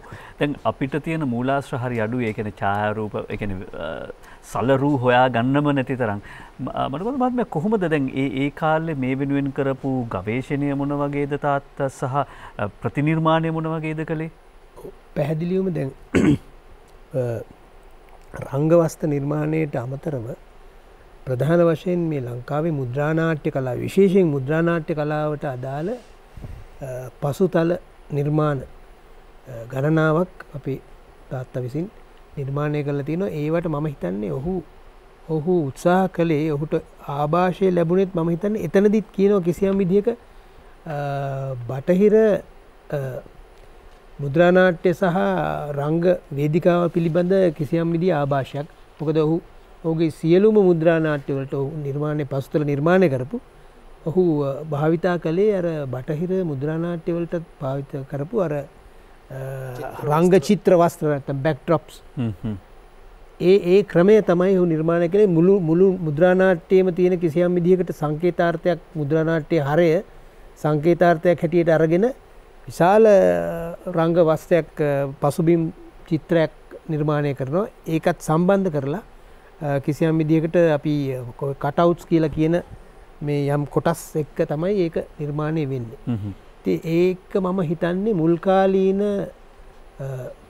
බටහිර මුද්‍රා නාට්‍ය විශේෂයෙන් බටහිර මුද්‍රා නාට්‍ය දැකීමෙන් සහ ඒ පිළිබඳ ලබාගත් පරිකල්පනයෙන් ගොඩනැගුණු දෙයක්. ඔව්.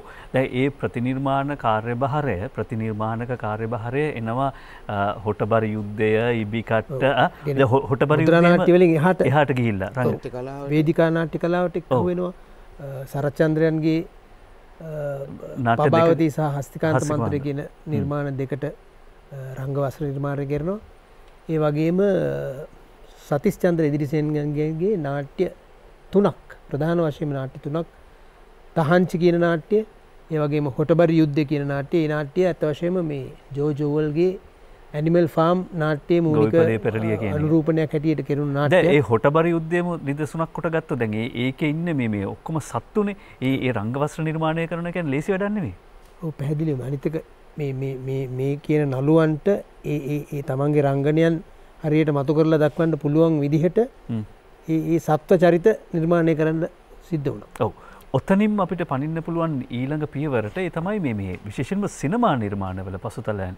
එතනදී වෙසතුරු සිරිත, ගෝඩ් කිං සහ එතන ඉඳලා මෑත යුගයේ දක්වා යනවනේ දායකත්වය නේද? චිත්‍රපට ගණනාවක් ප්‍රධාන වශයෙන් වෙසතුරු චිත්‍රපටය තමයි මුලින්ම ඔහු කලා අධ්‍යක්ෂණය කරන චිත්‍රපටය. ඒක ඇත්තටම කලා එහි නාමාවලියේ දාලා තියෙන්නේ අත වශයෙන්ම මේ චිත්‍ර අධ්‍යක්ෂණය කියලා. චිත්‍ර අධ්‍යක්ෂණය සෝමබන්දු කියලා වැටෙන්නේ. ඊළඟට ඉන්පසුව 70 දශකයේ මුල භාගයේ ගෝඩ් කිං චිත්‍රපටය ලෙස්ටර් ජේම්ස් ෆීල්ඩ්ස් මහතාගේ ගෝඩ් කිං චිත්‍රපටය ඒ චිත්‍රපටි දෙකේම විශේෂත්වයක් මම දකිනවා එක්තරා විදිහකට මේ කලාධ්‍යක්ෂණ සහ මේ පසුතල නිර්මාණ කාර්යයේදී එතනදිත් මම හිතනවා ඔහු ඔයිට කලින් නැරඹූ වෙනත් බටහිර ඓතිහාසික චිත්‍රපට සමහර විට 10 කමාන්ඩ්මන්ට්ස් එහෙම නැත්නම් ක්ලියෝපැට්‍රා වැනි චිත්‍රපටිවල ඒවායේ භාවිතා වෙලා තිබුණු වර්ණ කිසියම් විදිහකට නැවත වතාවක් අපිට උචිත ආකාරයකට මේ නිර්මාණය කරන්නට ඒ පසුතලවලදී විශේෂයෙන්ම උත්සාහ කරලා තිබුණු බව පේනවා. ඒ වෙනි ආభాෂයක් ලැබිලා තියෙන බව පේනවා. අනිත් පැත්තෙන් ගෝඩ් කිං චිත්‍රපටයේදී එක්තරා අවස්ථාවක ඔහු පුවත්පතකටත් ඒක ප්‍රකාශ කරලා තිබුණා. ඒ කියන්නේ ඒ යුගයේ ඒ කියන්නේ කාශ්‍යප රජතුමාගේ නැත්නම් ධාතුසේන රජතුමාගේ යුගයේ පස්වෙනි සියවසේ තිබුණු මූලික ඒ රංග වස්ත්‍ර නැත්නම් ආභරණ ඒ දේවල් පිළිබඳ කිසියම් පැහැදිලි හැදෑරීමක් කරලා ඒ වගේම සමහර අවස්ථාවල ඒ චරිතවලට අවශ්‍ය කිසියම් දැන් කාශ්‍යප රජුගේ චරිතයට අවශ්‍ය ඒ උදාරත්වය නැත්නම් ඒ තේජාන්විත භාවය මතු කිරීම සඳහා කිසියම් විදිහකට අර බටහිර චිත්‍රපටවල නැත්නම් බටහිර රංගයන්හි එන අර බාපන වැනි විශාල ක්ලෝක් එක කියලා කියන අපේ අර අනුරාධපුර යුගයේ ඩෝටිය වගේ රෙද්ද ඒ ආභරණ පටිය ඉන පටි මේවා කර්ණාභරණ ඔටුන්නත් එක්ක ඒ චරිතයට අවශ්‍ය කරන අර ඩිග්නිටි එක ඒ තියෙන අර අභිමානය ගේන්ට මේ දෙපැත්තට දාන සාටකය සකස් කරන්න එක්තරා විදිහකාර වෙස්ටර්න් මේ කොස්ටියුම්ස් වල තියෙන මේ සමහර විශේෂයෙන්ම මේ එලිසබෙතන් යුගයේ තිබුණ යම් රෝබ්ස් වල අනුසාරයෙන්. මොකද ඒ මුල් යුගයේ අනුරාධපුර යුගයේ මම හිතන්නේ කොහොමදවත් එවැනි උඩුකය සන්නාහයන් තිබුණා කියලා. ඔව් වැසෙන විශාල ඇඳුම් තිබුණා. මෙහෙම රෙද්ද පෙරව ගන්නවා හැරෙන්න. දැන් විෂය පිළිබඳ ප්‍රවීණයෙකුත් ඉන්නවා. ඔය 1966 ආපු වෙසතුරු සිරිත චිත්‍රපටිය ලයනල් අමරසිංහයන්ගේ ඒ පිළිබඳව මේ ගාමිණී වේරගම් මහත්මයා දේශීය සිනමා වංශයේ ප්‍රථම කාණ්ඩයේදී කියනවා චිත්‍රපටයේ තිරනාටකයේ තියෙන දුර්වලතාව නිසා චිත්‍රපටය ගැන කතා කරන්න ලොකු දෙයක් ඉතුරු වෙන්නේ නැහැ. අර රුවන්වලා දුහුල් කඩෙන් කියන විශිෂ්ට ගීතය මහගම සේකරන් රචනා කරපු ඒක තමයි ඉතුරු වුණේ. සහ විශේෂයෙන්ම මෙහෙම සඳහනක් කරනවා රජමාලිගය හා බැඳෙන කලා අධ්‍යක්ෂණයේද සියුම් පර්යේෂණයක ප්‍රතිබල පවපිනේ. සෝමබන්දු විද්‍යාපති හා විමලසේන ඩයස්ගේ නිර්මාණ ශක්්‍යතාවන්ද චිත්‍රපටය තුළ අපතේ ගිය සයකි කියලා. දැන් මහාචාර්යතුමනි ඔබතුමා ගාවට එනවා මේ පසුතලවලදී පසුතල නිර්මාණවලදී එහෙම නැත්නම් ඇඳුම් නිර්මාණයේදී පෙන්නපු මේ පර්යේෂණ කාර්යය සෝමබන්දු විද්‍යාපති මහත්මයා තමන්ගේ මේ චිත්‍රවලදී සිතුවම් කලාවේදීත් හරි අපි කියන්නේ මොනවට පෙන්눔 කරනවා නේද? ඔව් මෙතනදී තියෙන මේ අපි මේ තේරුම් ගත යුතු කාරණේ මෙන්න මේකයි. මොකද දැන් දෘශ්‍ය කලා ශිල්පියෙක් Tamanට ඕන දේ ඉස්සෙල්ලා මේ දල සටහන් වලින් අඳිනවා. ඒ චරිත වලට ඕන ඇඳුම්, වේදිකාව, පසුබිම, ගොඩනැගිලි මේ ඔක්කොම දල සටහන් වලින් අඳිනවා. සමහර අයට එහෙම අඳින්න බෑ. පින්සලයක් අරගෙන ඔහුට පින්තාරු කරන්න පුළුවන්. නමුත් රේඛා මගින් මේ ඒ චරිත අවස්ථා ගොඩනැගිලි ඇඳුම් පැළඳුම් ඒවා මේ අඳින්න අමාරුයි. දැන් හැබැයි වෙසතුරු සිරිත ඇඳ නේද එහෙම? නෑ ඒක තමයි තියෙන කාරණේ. මොකද දැන් ඇත්ත වශයෙන්ම අපි සෝමබන්දු මහත්මයාගේ චිත්‍ර කියලා දකින්නේ බෙල්ලන්විල පන්සලේ තියෙන චිත්‍ර විතරයි. නමුත් විශාල ලොකු පරාසයක ඔහුගේ දල සටහන් ගොන්නක් තියෙනවා. මොකද මම කල්පනා කරනවා අපි පුළුවන් නම් මේ රවි මනුයි දෙන්න උදව් කරනවා නම් ඔහුගේ දලසටහන් පොත මුද්‍රණය කරන්න. ඒ තරම් විශාලයි ඒක. දැන් ලෝකයේ ප්‍රකට චිත්‍ර ශිල්පීන්ට එහෙම දලසටහන් පොත් තියෙනවා. උන් ඇඳපුවා. ඉතින් සෝම්බන්දුරත් තියෙනවා. නමුත් මේක රහසක් හැටියට තිබුණේ රහසක් නෙවෙයි. ඇත්ත වශයෙන්ම මේක මේ ජනගත වෙලා තිබුණේ නැහැ. මේක දැන් තමයි මේක මේ එළියට දාන්න ඕන කියලා කල්පනා කරලා තියෙන්නේ. මොකද මේ සියල්ලම එකතු කරලා මේගොල්ලන්ගේ මේ අනුග්‍රහයෙන්. ඔව්. ඉතින් මේක තමයි රහස. මොකද ඔහුට මේ හැම දෙයක්ම ඇඳලා චිත්‍රපට නිෂ්පාදකවරයාට හෝ නැත්නම් නාට්‍ය අධ්‍යක්ෂකවරයාට මේක කරුණු පැහැදිලි කරන්න පුළුවන්කමක් තිබුණා. ඉතින් සමහර අය මේවා අඳින්න නැතුව තමයි සෙට්ස් ඔක්කොම මේවා කරේ නෑ. මෙයා මේ සංකල්ප චිත්‍ර අපි ඔකට කියන්නේ සංකල්පීය චිත්‍ර විශාල ගොන්නක් ස්කෙච් කරලා හදාරලා බැලුවා. කෝකද වඩා ගැළපෙන්නේ කියලා. ඉතින් මේක තමයි ඔහුගේ තිබිච්ච සාර්ථකත්වය. ඒකින්ද ඔහුට ඊටාම සුදුසු විදිහට ඒවා හදාගන්න පුළුවන් වුණා. මේ මොකද පසුතල නිර්මාණ එතකොට ඒවල තියෙන වර්ණ රටාව එතකොට එක එක පෞරුෂයන්ට ගැලපෙන රංග වස්ත්‍ර කොහොමද ආභරණ කොහොමද සමහරවිට ඔහු ඇඳපු චිත්‍රවල තියෙනවා මේ දලසටහන් වල රජවරු පිරිමි රූප ඒවා ඍජුව ඉන්නේවා සමහරලාට නාට්‍ය විලාසයකින් ඉන්නේවා ඒ ලෝකෙම කාන්තා චරිතත් ඒ වගේ ලාලිත්‍ය හෝ ඒ රංග විලාසයකින්ම ඇඳලම තමයි ඒවට මේ ආරෝපණය කරලා තින්නේ මේ රංග වස්ත්‍ර සහ ආභරණ. ඔව් මහාචාර්යතුමනි දැන් මට සාක්ෂි තියෙන්නේ මගේ අතේ සාක්ෂි තියෙන්නේ බෙල්ලන්විල චිත්‍ර පිළිබඳව ඔබතුමා ලියපු පොත සහ මේ බෙල්ලන්විල මියුරල්ස් කියන පොත. එතකොට මෙහි තියෙන සාක්ෂි දිහා බැලුවම පේන කාරණා දැන් නැවතවතාවක් මතු කරන්න කැමති අපි අර පසුතල පිළිබඳව කතා කරද්දී කිව්වා වර්ණ භාවිතය සහ මේ පේන චිත්‍රෙත් මේ බලන්න ආභරණ පිළිබඳ හැදෑරීම මේ වගේ අපිට පොඩි විස්තරයක් කරන්න පුළුවන් මහාචාර්යතුමනි මේ හැදෑරීම පිළිබඳව. ඇත්ත වශයෙන්ම මේ සෝම්බන්දු විද්‍යාපති කියන්නේ එක පැත්තකින් නර්තන ශිල්පියෙක්. එක පැත්තකින් මේ රංග වස්ත්‍ර සැලසුම් ශිල්පියෙක්. චිත්‍ර ශිල්පියෙක්. මූර්ති ශිල්පියෙක්. හරි මේ දෘශ්‍ය භාෂාව කාව්‍යයක් වගේ භාවිතා කරපු කෙනෙක්. ඔහුට මේ ලොකු පරාසයක දැනුමක් තිබුණා. බොහෝ දේවල් ඔහු මේ පරිශීලනය කරලා තිබුණා. අනිත් කාරණේ තමයි ඔහුට මේ පෙරදිග මේ අපේ දේශීය කියන කතාව බොරු. එයා විශ්වීය කෙනෙක්. එයාට තිබුණා ලෝකේ හැමතැනින්ම ගත්තුවා. මම දැකලා තිනවා මේ සෝම්බන්දු මහත්මයා ගැන කතා කරනකොට කියනවා ඔහු මේ දේශීය චිත්‍ර කලාව එහෙම එකක් නැහැ. ඔක දේශීය කියලා එකක් නැහැ. ලෝකේ කොහේ හරි හොඳ එකක් තියෙනවා නම් ඒක මුළු ලෝකයටමයි ති. ඒ වගේ මං හිතන්නේ සෝම්බන්දු බය නැතුව ඒ තමන්ගේ කාර්යය කරා.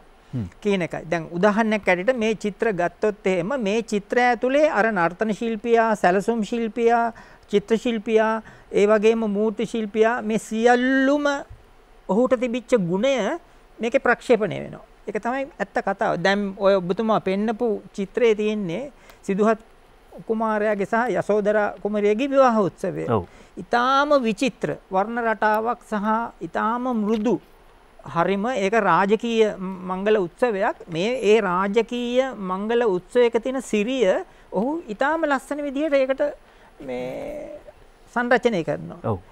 දැන් මේ රාජකීය සිරිය ඊට පස්සේ අර චතුරාර්ය සත්‍ය අවබෝධ කර ගැනීමේදී එතනින් පස්සේ නැවත එහෙම නැතර දුෂ්කර ක්‍රියා කරන සමයේදී වෙනස් කරනවා නේද ඒ රිද්මය? වෙනස් කරනවා. ඉතින් මේක තමයි මෙයාගේ තියෙන චිත්‍ර භාෂාවේ තියෙන විශේෂත්වය ඇත්ත වශයෙන්ම. මොකද ඇත්ත වශයෙන්ම සෝම්බන්දු කියන්නේ 20 වෙනි සියවසේ මෙරට හිටපු ප්‍රකට චිත්‍ර ශිල්පීන් අතර තැබිය හැකි ඔහු නූතනවාදී සිත්තරෙක් කියන එක බය නැතුව කියන්න පුළුවන්.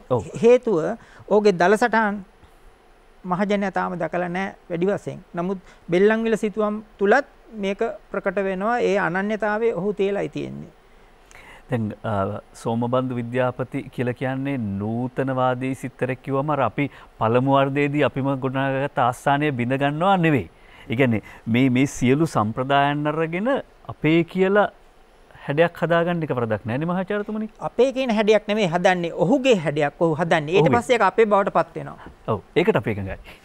මොකද ඔහු ඒ හදන හැඩේ අපිට දැනෙනවා අපේ බවක් දැනෙනවා.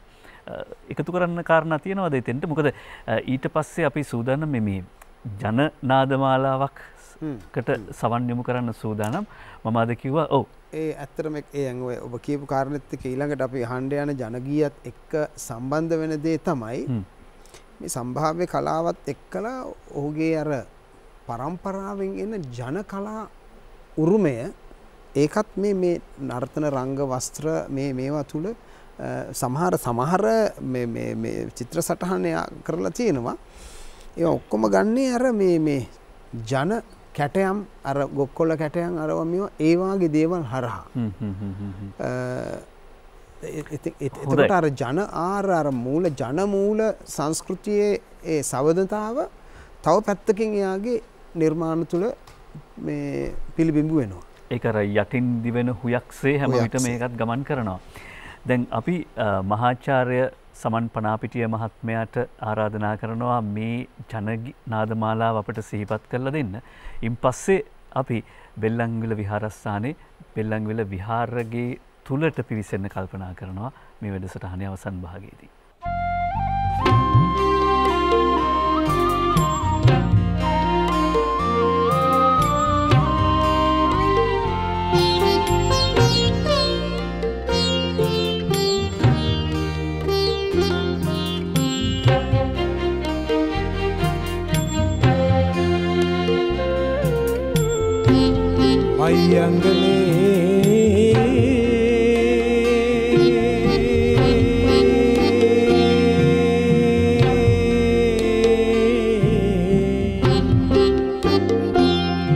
එක එළියයි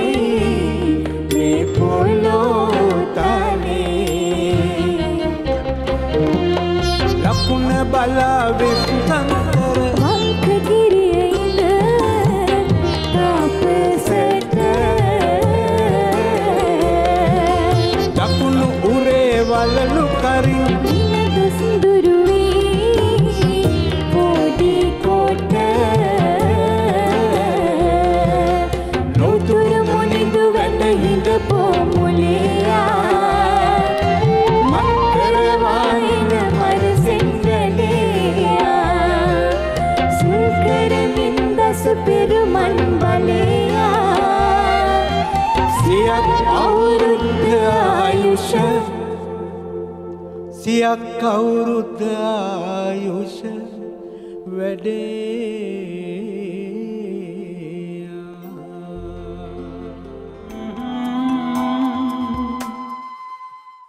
බෙලිමල් වඩියක් පොල් කට්ටෙන් බිව්ව වගේ හරියට මේ සීනි නොමුසු ඉස්තරම්ම කිතුළු හකුරු කෑල්ලක් එක්ක. බොහොම ස්තුතියි මහාචාර්ය සමන්පනා පිටිය මහත්මයාට. අද වාද්‍ය වෘන්දයත් එතුමා තමයි සම්පාදනය කළේ. විශාරද මනෝජ් පීරිස් සම්බන්ධීකරණ කටයුතු කළා. හිටියේ නැතුණාට අපි මතක් කරනවා. දැන් නැවත වතාවක් අර කලින් කිව්වා වගේ බෙල්ලන්විල විහාරස්ථානයේ සිතුවම් ගේට යන්න ලෑස්ති. බුදුගේට යන්නට ලෑස්ති. කොළඹ නගරය ආශ්‍රිතව ඉන්න කෙනෙක්ට එක රවුමට ගිහිල්ලා එන්න පුළුවන් ලංකාවේ චිත්‍රකලා සම්ප්‍රදායන් 3ක් අධ්‍යයනය කරන්න පුළුවන්. කැලණිය, ඊට පස්සේ ගෞතමී විහාරය සහ බෙල්ලන්විල. අපි බෙල්ලන්විලට පිවිසෙන මහාචාර්යතුමනි මේ බෙල්ලන්විල සිතුවම්ගේට පිවිසුනාට පස්සේ මම ඒ හිතාමතාමයි සිතුවම්ගේ කියන වචන පාවිච්චි කළේ බුදුගේ කියන වචනේ වෙනුවට මෙතනදී. අර අඩි 4632ක් විශාල දැවැන්ත සිතුවම ඒක අපි මේ සලරූ භාෂාවෙන් ඒ කියන්නේ අපි අපේ මේ ටෙලිවිෂන් එහෙම නැත්නම් චිත්‍රපටි භාෂාවෙන් කියනවා නම් ඒ චිත්‍රවල කට් නෑ මික්ස් එකක් වෙන්නේ ගලාගෙන යනවා මේ අපිට කියා දෙන්නකො මේ චිත්‍ර සම්ප්‍රදාය මේක කියන්න කලින් මෙන්න මේ කාරණේ කියන්න ඕනේ මේ චිත්‍ර අඳිනකොට සොම්බන්දු මහත්මයාට වයස අවුරුදු 67යි අවසාන කරනකොට 75යි. එතකොට මේ වගේ වයෝවෘද්ධ කෙනෙක් තමයි මේ චිත්‍ර කරන්නේ.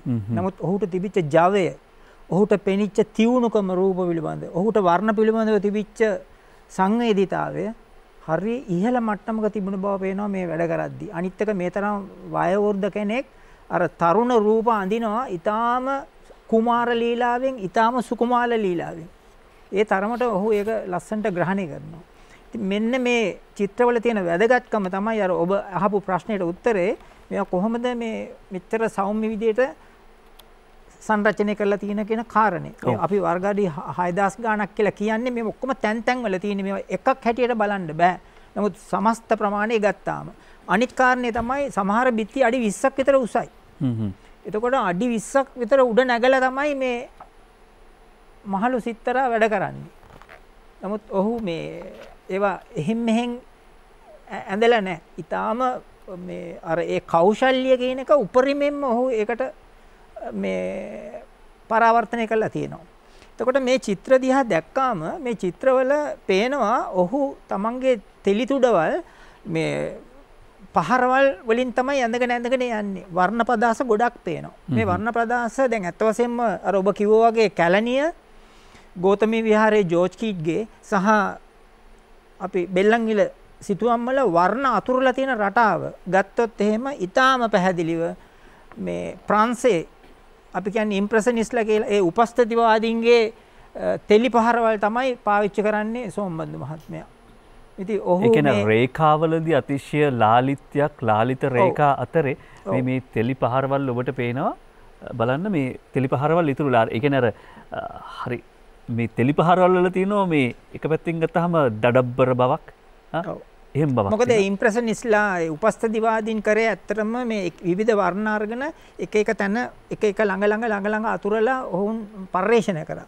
ඒ වගේ ඒ පර්යේෂණ වලින් ලෝකයට ආපු මේ චිත්‍රකලා භාෂාවේ දැනුම සහ තාක්ෂණය තමයි මොහු භාවිතා කරන්නේ මේ චිත්‍ර සඳහා. ඒත් එක්කම දැන් සෝමබන්දුගේ රේඛා බැලුවොත් සීගිරිය, තිවංක පිළිමගේ සහ දඹුල්ලේ මේ චිත්‍ර මේ වල තියෙන රේඛා වැඩ කරන හැටි අපි අරගෙන සූක්ෂමව පරීක්ෂා කරලා බැලුවොත් සෝමබන්දු මහත්මයාට දැන් තිවංක පිළිමගේ තියෙන රේඛාවල තියෙන ලාලිත්‍ය ගතිය තියෙනවා. ඒත් එක්කම දඹුල්ලේ සිත්තරා ඇඳලා තියෙන රේඛාවේ තියෙන හරි ස්ථායික භාවය තියෙනවා. හැබැයි ඔහු මේක ඔහුගේ කරගන්නේ කොහොමද? රේඛාවෙන් ඉස්සෙල්ලා රූප ග්‍රහණය කළා පසුව ඔහු මේකට වර්ණ අතුරුගෙන යනකොට සමහර තැන්වල ඔහු රේඛාව මකලා දානවා. දාලා බොහොම සිහින් රේඛාවක් පමණයි තියෙන්නේ. ඉතින් මේක ඇත්ත වශයෙන්ම ගත්තාම මේක රේඛාවට විතරක් සීමා වෙච්ච රූපත් නෙවෙයි වර්ණ පදාස වලට පමණක් සීමා වෙච්ච රූපත් නෙවෙයි. මේ දෙකේම සංකල්පයක් හැටියටයි තියෙන්නේ. ඒක නිසා අර ප්‍රංශයෙන් මුළු ලෝකේ පුරාවටම ගිය චිත්‍රකලා මේ භාෂාවේ තාක්ෂණය සහ ඒ ආර ඔහු මෙතනදී ග්‍රහණය කරලා තිනවා. ඒත් එක්කම දැන් ගෝතමී විහාරයේ ජෝර්ජ් කීට් මේ ඇඳපු චිත්‍රවලට ඔහු කියුබිස්ට් නැත්තම් අපි කියනවා ගණිකවාදීන් කියලා. ඒකත් බටහිරින් ආපු කාරණයක්. ඇත්ත වශයෙන්ම මෙතන මේ බටහිරද ආසියාවේද කියන කාරණේ නෙවෙයි. ලෝකේ කොහේ හරි දෙයක් ආවහම ඒක මේ මුළු මානව වර්ගයාටම අයිති. ඉතින් සෝමබන්දු මහත්මයා කිසිම පැකලීමක් නැතුව ඒ ආපු හැමතැනකින් මේවා Tamanගේ කාර්යයට ගන්නවා. ඒක තමයි මේ සාර්ථකත්වයේ තියෙන්නේ. ඔව්. ඔබතුමා අර කියුබික් කියන ගණිකවාදී ලක්ෂණ ගණිකවාදී ලක්ෂණ ගැන කිව්වා. ඔව් දැන් ඒකේ පේනවා ඔය පොතේම තියෙනවා බලන්න එක රූප රාමුවකින් ඊළඟ රූප රාමුවට මාරු වෙනකොට ඔහු ඊටාම මේ මෘදු විදිහට සහ සූක්ෂම විදිහට ඒ ගණිකවාදීන් පාවිච්චි කරපු මේ කියුබිස්ට් හැඩතල පාවිච්චි කරමින් තමයි ඊළඟ දර්ශන තලයට මාරු වෙන්නේ. ඒක නිසා මේ චිත්‍රේ නරඹන කෙනාට මේ රූප කොටු ගහලා අර පැරණි බිසිතුවම් වල තිබිච්ච කොටු ගහලා කොටුවෙන් කොටුව තොරණ වගේ ඇඳපු චිත්‍රයක් නෙවෙයි පේන්නේ. ඊටාම මේ මෘදුව රූප රාමුවෙන් රාමුවට මේක ගලාගෙන යනවා මේ චිත්‍රාවලිය. අර මං කිව්වා අපේ භාෂාවෙන් කියද්දී ඒ කියන්නේ කට් එකක් නැහැ. කියන්නේ ඡේදනයක් කියන එකක් නැහැ. මුසු වීමක් තියෙන මික්ස් එකක්. මුසු වීමක්මයි තියෙන්නේ ඇත්තටම. දැන් ඒ වගේම මේ දැන් ආධ්‍යාත්මික දැන් අපි සුතිවන්ත වන්න ඕනේ බෙල්ලන්විල එවකට හිටපු වැඩ වාසය කරපු නායක හාමුදුරුවෝ මේ විමලරත්න නායක හාමුදුරුවෝ මොකද ලොකු නිදහසක් දීලා තියෙනවානේ. මොකද සමාජලාවට අපිට මේ පල්ලිවල චිත්‍ර සම්ප්‍රදායත් මෙතන පේන්න තියෙනවා. ඒ සඳහා නිදහස ලබා දීලා තියෙනවා. සහ මේ විශේෂයෙන්ම බෞද්ධ දර්ශනයේ තියෙන මේ ආධ්‍යාත්මික මුහුණුවර ගැඹුරු මනෝවිද්‍යාත්මක ස්වභාවයන් චිත්‍රයට නගලා තියෙනවා නේද? නිදසුන් ඕනතරම් පෙන්වන්න පුළුවන්. දැන් මම ඔබතුමාලා විස්තර කරද්දී මම මේ දැකපු දේවල් පෙන්වන්නම්. මේ තමයි මේ චිත්‍ර අතරේ ගත්තම ඔබ තුන්පොළටම විවෘතයි ප්‍රශ්නයට උත්තර දෙන එක. මානසික තත්ත්වයන් කොහොමද නිරූපණය කිරීම? ඔව් අර ඔබ කිව් කාරණේ දැන් බුදුදහමේ තියෙන යම් දාර්ශනික දේ හෝ අන්න එවැනි දේවල් උදාහරණයක් හැටියට දැන් ওই මාර යුද්ධය කියන චිත්‍රයේදී තාත්තා ගේන්නේ වෙනමම සංකල්පයක්. එතෙක් මාර යුද්ධය අපි දකින්නේ බොහෝ බිතුසිතුවම් වල අර යක්කු ආයුධ අරගෙන මේව අරගෙන කඩු දුන්නු තෝමර අරගෙන අර බුදුන් වහන්සේට මෙහෙම ප්‍රහාරය එල්ල කරන්න එන එහෙම මාර යුද්ධයක් නේ මාර සේනාව යක්ෂයෝ හැටියට.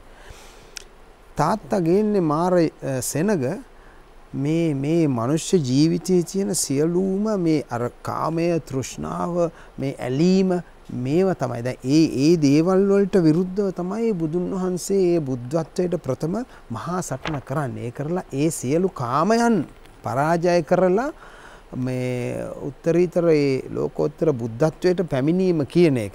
දැන් අර මමත්වයේ කියන එක. يعني තමා තුළමයි තියෙන්නේ. ඒවා ඔක්කොම තමා තුළම තියෙන්නේ. අර තෘෂ්ණාව මේකන් වස්තුව තණ්හාව මේ හැම දෙයකම තියෙන ඇලීම මේවා ඔක්කොම තුරන් කිරීම. ඒතර මේ සංකල්පය මම ඇත්තටම දැක්කමයි මේ බෞද්ධ බිතුසිතුවම් කලාව තුළ මාර යුද්ධයේ එවැනි සංකල්පයකින් නිරූපණය කරලා තියෙනවා. අපි විශේෂ කාරණයක් දැන් ඔය මාර යුද්ධයේ ඒ චිත්‍රමාලාවෙම දකින්න තියෙන ප්‍රධාන කාරණයක් තමයි දැන් ඔහු කලින් කලට ඒ කියන්නේ භාවිතා කරපු වේදිකා නාට්‍ය හෝ නැත්නම් මුද්‍රා නාට්‍යවල දැකපු කිසියම් විදිහක අර අපූරු ඉරියව් භාව ප්‍රකාශයන් නැත්නම් මුහුණුවල ගොඩනැගිලා තියෙන භාවයන් මට සමාවෙන්න මතු කරලා මෙන්න ඔබ කියන කාරණාව තහවුරු කරන්න පුළුවන්. බලන්න මේ සිතුවම නැවත වතාවක් අපි මේ කැමරාවට හසු කරගනිමු. මේ බලන්න මේ කැමරාවට හසු කරගන්නවා. මෙන්න බලන්න මේ මුහුණේ තියෙන ස්වභාවය. මේ අර අපි කියන්නේ මම් පොර කියන එක මම් පොර කියන මානසික තත්ත්වය තමයි මේ පෙන්වන්නේ. කොහොමද මම් පොර කියන මානසික තත්ත්වය චිත්‍රයට නගන්නේ? අනික දැන් ඔය හැම මේ චිත්‍රයකම තියෙනවා අර වේදිකාවෙන් ආපු අර ඒ සංරචනාව තුළ අපි අර කොරියෝග්‍රාෆ්ඩ් ඒ කියන්නේ රංග වින්‍යාස ගත කරන ලද දර්ශනයක්. මේ ඒ ලක්ෂණය මේ හැම චිත්‍රයකම වගේ සහර නාට්‍යමය බය. දැන් අර අඟුලිමාල බුදුන් වහන්සේ පසුපස එළවගෙන යන චිත්‍රයේත් විශේෂයෙන්ම එවැනි හරිම අර නාට්‍යමය ලක්ෂණ මේ අඩංගු වෙනවා. ඔව්. දැන් එහෙම නිදර්ශනයමත් හොයාගෙන දැන් අවසාන භාගයට ඇවිල්ලා දැන් මට අනිත් පැත්තෙන් මේ කියනවා දැන් හරි කියලා. ඔහු උදයි ඒක හරි. හැබැයි අපි කතා කරන්න ඕනේ දැන් ඔබ කිව්වා මේ මහජනතුමා මතක් කරේ කියන අවුරුදු 67 ඉඳලා 75 දක්වා කියන ජීවිතේ පරිපාකයට පැමිණිච්ච අර තපෝ වෘද්ධ වයෝ වෘද්ධ වයසේදී තමයි මේ චිත්‍ර කරන්නේ. එතනදී මේ මං අහලා තියෙන ඔබේ මෑණියන් කියනවා මේ චිත්‍ර කර්මයට තාත්තගේ තිබිච්ච කැපවීම කොයිතරම් නිරාමිස ප්‍රීතියක් ලැබුවද සහ විශේෂයෙන්ම අම්මා ඒ කියන්නේ අම්මගේ කාර්යභාරයත් මෙතනදී කතා කරලා කියන්නේ අම්මා ඒ යුගයේදී කරපු කැපකිරීමත් මෙතනදී අපි සටහනක් තබන්න ඕනේ. පළවෙනිම දේ තමයි ඒ තාත්තාගේ කලා ජීවිතයට පූර්ණ නිදහස ලැබලා දීලා ඒ පසුබිම සකස් කිරීම. දෙවෙනි එක තමයි රංග වස්ත්‍ර නිර්මාණ කාර්යයේදී දැන් තාත්තා අඳින්න සෑම රංග වස්ත්‍රයක්ම ඒක ඒ මැටීරියල් රෙදි ගෙනල්ලා තාත්තා එක්ක ගිහලා ඒවා කපලා ඒ බ්ලොක්ස් කපලා ඒ විදිහට මහන්න කටයුතු කරන්නේ අම්මා. අම්මා රංගන ශිල්පියක් නර්තන ශිල්පිනියක් නිසා දැන් මේක මහලා මොඩල් මේක හදලා ඇඳලා බලලා ආලා පහත් වෙලා නටලා බලනවා මේක ඒකට කොහොමද ශරීරයත් එක්කලා වැඩ කරන්නේ කියලා. ඒකට දැන් අම්මට තිබුණ ඒ නර්තන මේ පුහුණුවයි ඒ දැනීමයි එක්ක තාත්තගේ රංගවස්ත්‍ර කලාව වර්ධනයට විශාල පිටිවහලක් වුණා අම්මා ඒ පසුබිමේ සිටීම. විශේෂයෙන් අනිත් එක ඒ රංගවස්ත්‍ර නිර්මාණයේදී දැන් අම්මටත් තිබුණේ නර්තනය වගේම මේ වර්ණ සහ රෙදි වර්ගවල වයනේ නැත්තම් ටෙක්ස්චර්ස් හඳුනා ගැනීමේ හැකියාව ඉතාම වැදගත්. ඒ සම්බන්ධය ඇති වුණා ඒක. සහ මේ දැන් මේ තාත්තා හරි කියන්නේ නිහඬ කියවන්නෙක්. ඒ වගේම මේ කලා කටයුතු වලට වැඩි දායකයක් දැක්වම අර පවුලේ සංවිධාන කටයුතු පවුලේ ගමන ඒ සියල්ල සංවිධාන කටයුතු කරගත්තේ ඒ සම්බන්ධීකරණ කටයුතු කරගත්තේ අම්මා. එතුමියත් අර අල්ගම පරම්පරාවෙන් එන්නේ. මහාචාර්යතුමනි මේ අපේ මේ අද සියපත් පොකුරේ ප්‍රතිඵලයක් තියෙනවා. ඒ කියන්නේ පේන්නන්න පුළුවන් ප්‍රතිඵලයක් තියෙනවා කියලා මට හිතෙනවා. හේතුව ඒ තමයි දැන් මේ වැඩසටහනින් පස්සේ යනකොට මේ දෙබෑයන් කියනවා අර දල සටහන් ඒ ටික අපි මුද්‍රණය කරමු කියන තීන්දුවට එනවා. නිසා මේ කතා බහෙන් පස්සේ එහෙම ප්‍රතිඵලයක් තියෙයි. ඉන් එහාට අපි යන්න ඕනේ අර මට තිබිච්ච ගැටලුව කියන්නේ මේ සොම්බන්දු විද්‍යාපති මහත්මයා වගේ චරිත පිළිබඳව ඇයි අපි මේ මොහොතේ කතා කරන්න ඕනේ? අවසානයේදීත් මම මේ ප්‍රශ්නේ අහනවා. මෙහෙමයි මේ ඇත්ත වශයෙන්ම මේ ලංකාව සංස්කෘතික මේ ශිෂ්ටාචාරගත රටක් හැටියට පිරිහිලා තියෙන කියලා මම විශ්වාස කරන්නේ. මොකද ඒක හොඳම තත්ත්වයක තිබුණා වන්න ඔය සෝමමන්දුලාගේ වකවානුව එක ආවා. එතකොට හිටියේ ඇත්ත වශයෙන්ම මේ අර විශ්වීය මිනිස්සු ඒගොල්ලොන්ගේ කල්පනාව බොහොම පළල්. එහෙමයි හිටියේ. නමුත් පස්සේ වෙනකොට මේ සිය රට දේ සිරිසැප දේ මේ අපේව තමයි හොඳම කියලා අපි සීමා සහිත වුණා. සීමා සහිත වෙලා අපි ලෝකෙන් ඉගෙන ගන්න එක අතෑරියා කියන එකයි මම විශ්වාස කරන්නේ. ඒක නිසා අදටත් මේ වගේ අය මේ අපිට නැවත අපිට හදාරන්න වෙනවා මේ වගේ අය බිහි වුණේ ඇයි? එහෙම අය අද නැත්තේ ඇයි කියන කාරණේ උඩ. හොඳයි. අවසාන ප්‍රශ්නය ඔබ දෙපළටම අහනවා. සෝමබන්දු විද්‍යාපති කියන ඔබේ තාත්තා ජීවත් කරවීම පිණිස මේ මොහොතේදී ඔබ දෙපළ මොනවද කරන්නේ? මේ වෙනකොට අපි දැන් ඊළඟ නුදුරේම කරන්න බලාපොරොත්තු වෙන කාර්යය මෙතුමා යෝජනා කළ තාත්තාගේ ওই චිත්‍ර සහ දල සටහන් ග්‍රන්ථය චිත්‍ර සහ මේ විශේෂයෙන්ම දැන් මේ රංගවස්ත්‍ර කලාව කියන එක පිළිබඳව ලංකාවේ හැම ලොකු උනන්දුවක් සහ දැනුමක් නැහැ. දැන් වෙන රටවල නම් දැන් උදාහරණයක් හැටියට ලියොන් බස්ක්ට් හරි ඇලෙක්සැන්ඩර් බෙනුවා වගේ රුසියානු මහා චිත්‍ර ශිල්පීන් මේක. එතකොට අනිත් පැත්තෙන් ප්‍රංශේ දැන් පිකාසෝ වගේ අය මතිස් වගේ අය මේ රංගවස්ත්‍ර සහ පසුතල දර්ශන කලාවේ ලොකු වැඩ කරලා තියෙනවා. ඒවා ලෝකයට ප්‍රකාශ වෙලා තියෙනවා පොතපත ඒවා මේවා මගින්. ලංකාවේ මේ විෂය හඳුනන්නේ නැහැ. අන්න ඒ සඳහා යම් කිසි දෙයක් කළ යුතු ඉතින් ඒ පැත්තෙන් මේ දිනවල ඇත්ත වශයෙන්ම මහාචාර්ය ලයනල් බෙන්තරගේ සිංහලෙන් පොතක් ලියලා තියෙනවා ලාංකේය රංග වස්ත්‍ර කලාව සහ සෝමබන්දුන්ගේ මෙහෙවර කියලා. නුදුරේම ඒ පොත අපි මුද්‍රණයෙන් එළි දැක්වීමට බලාපොරොත්තු වෙනවා. එවැනි කටයුතු රාශියක් කිරීමට තමයි අපේ බලාපොරොත්තුව. ඉතින් චිත්‍ර ප්‍රදර්ශනය තාත්තා ජීවත්ව ඉන්නකම් මහාචාර්යතුමා ආර්ට් එක්සිබිෂන් එකක් කරේ නෑ. දැන් තාත්තගේ මේ ඊසල් පේන්ටින්ග්ස් මේ ශාලිකා චිත්‍ර බෙලංගිවල චිත්‍රවල සහ විශේෂයෙන්ම මේ දල සටහන් ස්කෙචස් හරි ප්‍රබලයි. ඉන්න ඒවා ප්‍රදර්ශනය කිරීමට අපි කටයුතු සූදානම් කරගෙන යනවා. ඔව් මනුබන්දු මහත්මයා පුවත්පත් කලාවේදී එක්කෙතකොට ඔබට තවත් කාර්යභාරයක් පැවරෙනවා. ඔව් මම ඒකට අත්‍යවශ්‍යම සූදානම් ඒ කියන්නේ මේ මාධ්‍යත් එක්ක කොහොමද අපි මේ තාත්තා ඒ ගොඩනගපු කලාව සහ ඔහු ගොඩනගපු කිසියම් විදිහක ඔහුට තිබුණ මම දකින විදිහට ඔහු තුලත් තිබුණේ කිසියම් විදිහක සියලු ඒ විශ්වීය කලාවන්ගෙන් සියලු විශ්වීය ධාරාවන්ගෙන් අනුප්‍රාණයක් ගත්තු නමුත් කිසියම් විදිහකට ආසියානු ජීවන දර්ශනයක් තමයි ඔහුගේ තිබුණේ. ඒක මේ හුදු ආසියානු දර්ශනයක් කියලා මෙහෙම ලඝු කරන්නත් බෑ. අර කිව්වා වගේ මේ බොහෝ දේවල් විශ්වීය දේවල් වලින් ආభాෂයක් ලැබු දෙයක්. ඉතින් ඒ කාරණය ඇත්ත වශයෙන්ම දැන් ඔහුගේ ඒ බලපෑම තමයි අපිටත් කිසියම් දෙයකට ඕනෑම දැනටත් අපි නිරත වෙන දේවල් වලටත් බලපාලා තියෙනවා. මොකද පැහැදිලිව කිය යුතුයි. දැන් අපිට ඇත්ත වශයෙන්ම ඒක එක්තරා විදියකට වාසනාවක් සහ අපූර්ව අවස්ථාවක්. මොකද අපිට අවුරුදු 9-10 වෙනකොට තාත්තා මූලික වශයෙන් කියලා දීලා තිබුණා පිකාසෝ කියන්නේ කවුද? බීතෝවන් කියන්නේ කවුද? රවිශංකර් කියන්නේ කවුද? එතකොට ගොගෑන් කියන්නේ කවුද කියන මේ මූලික දේවල් ටික දීලා ඉවරයි.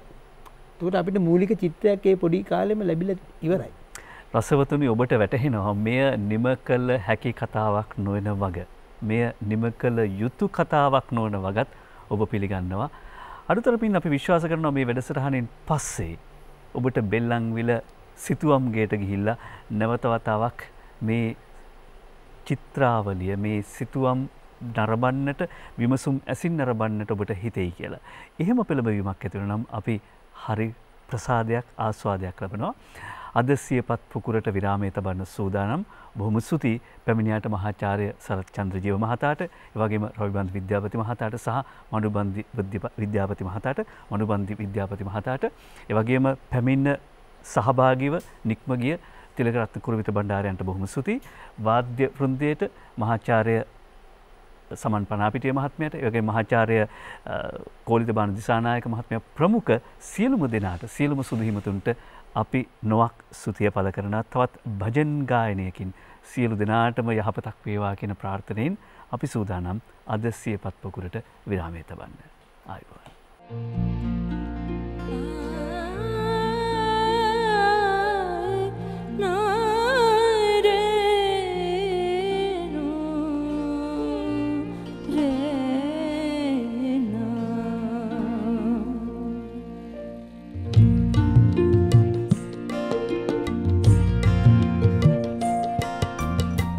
वैष्णवजन तो तेने कहिए जे पीड़ पराई जाने रे। वैष्णवजन तो तेने कहिए जे पीड़ पराई जाने रे। पर दुखे उपकार करे तो ये मन अभिमान आने रे। वैष्णवजन तो तेने कहिए जे पीड़ पराई जाने रे।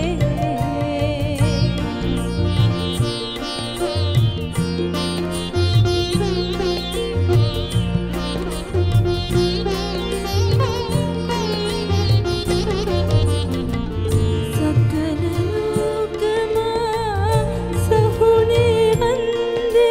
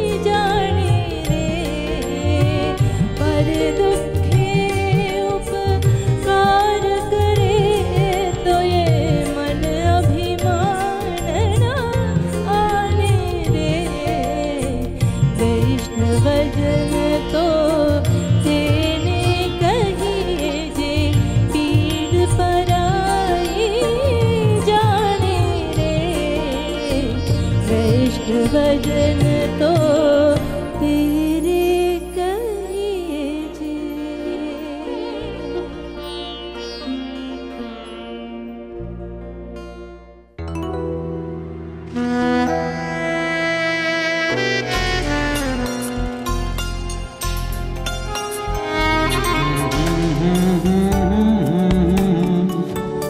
Mm-hmm.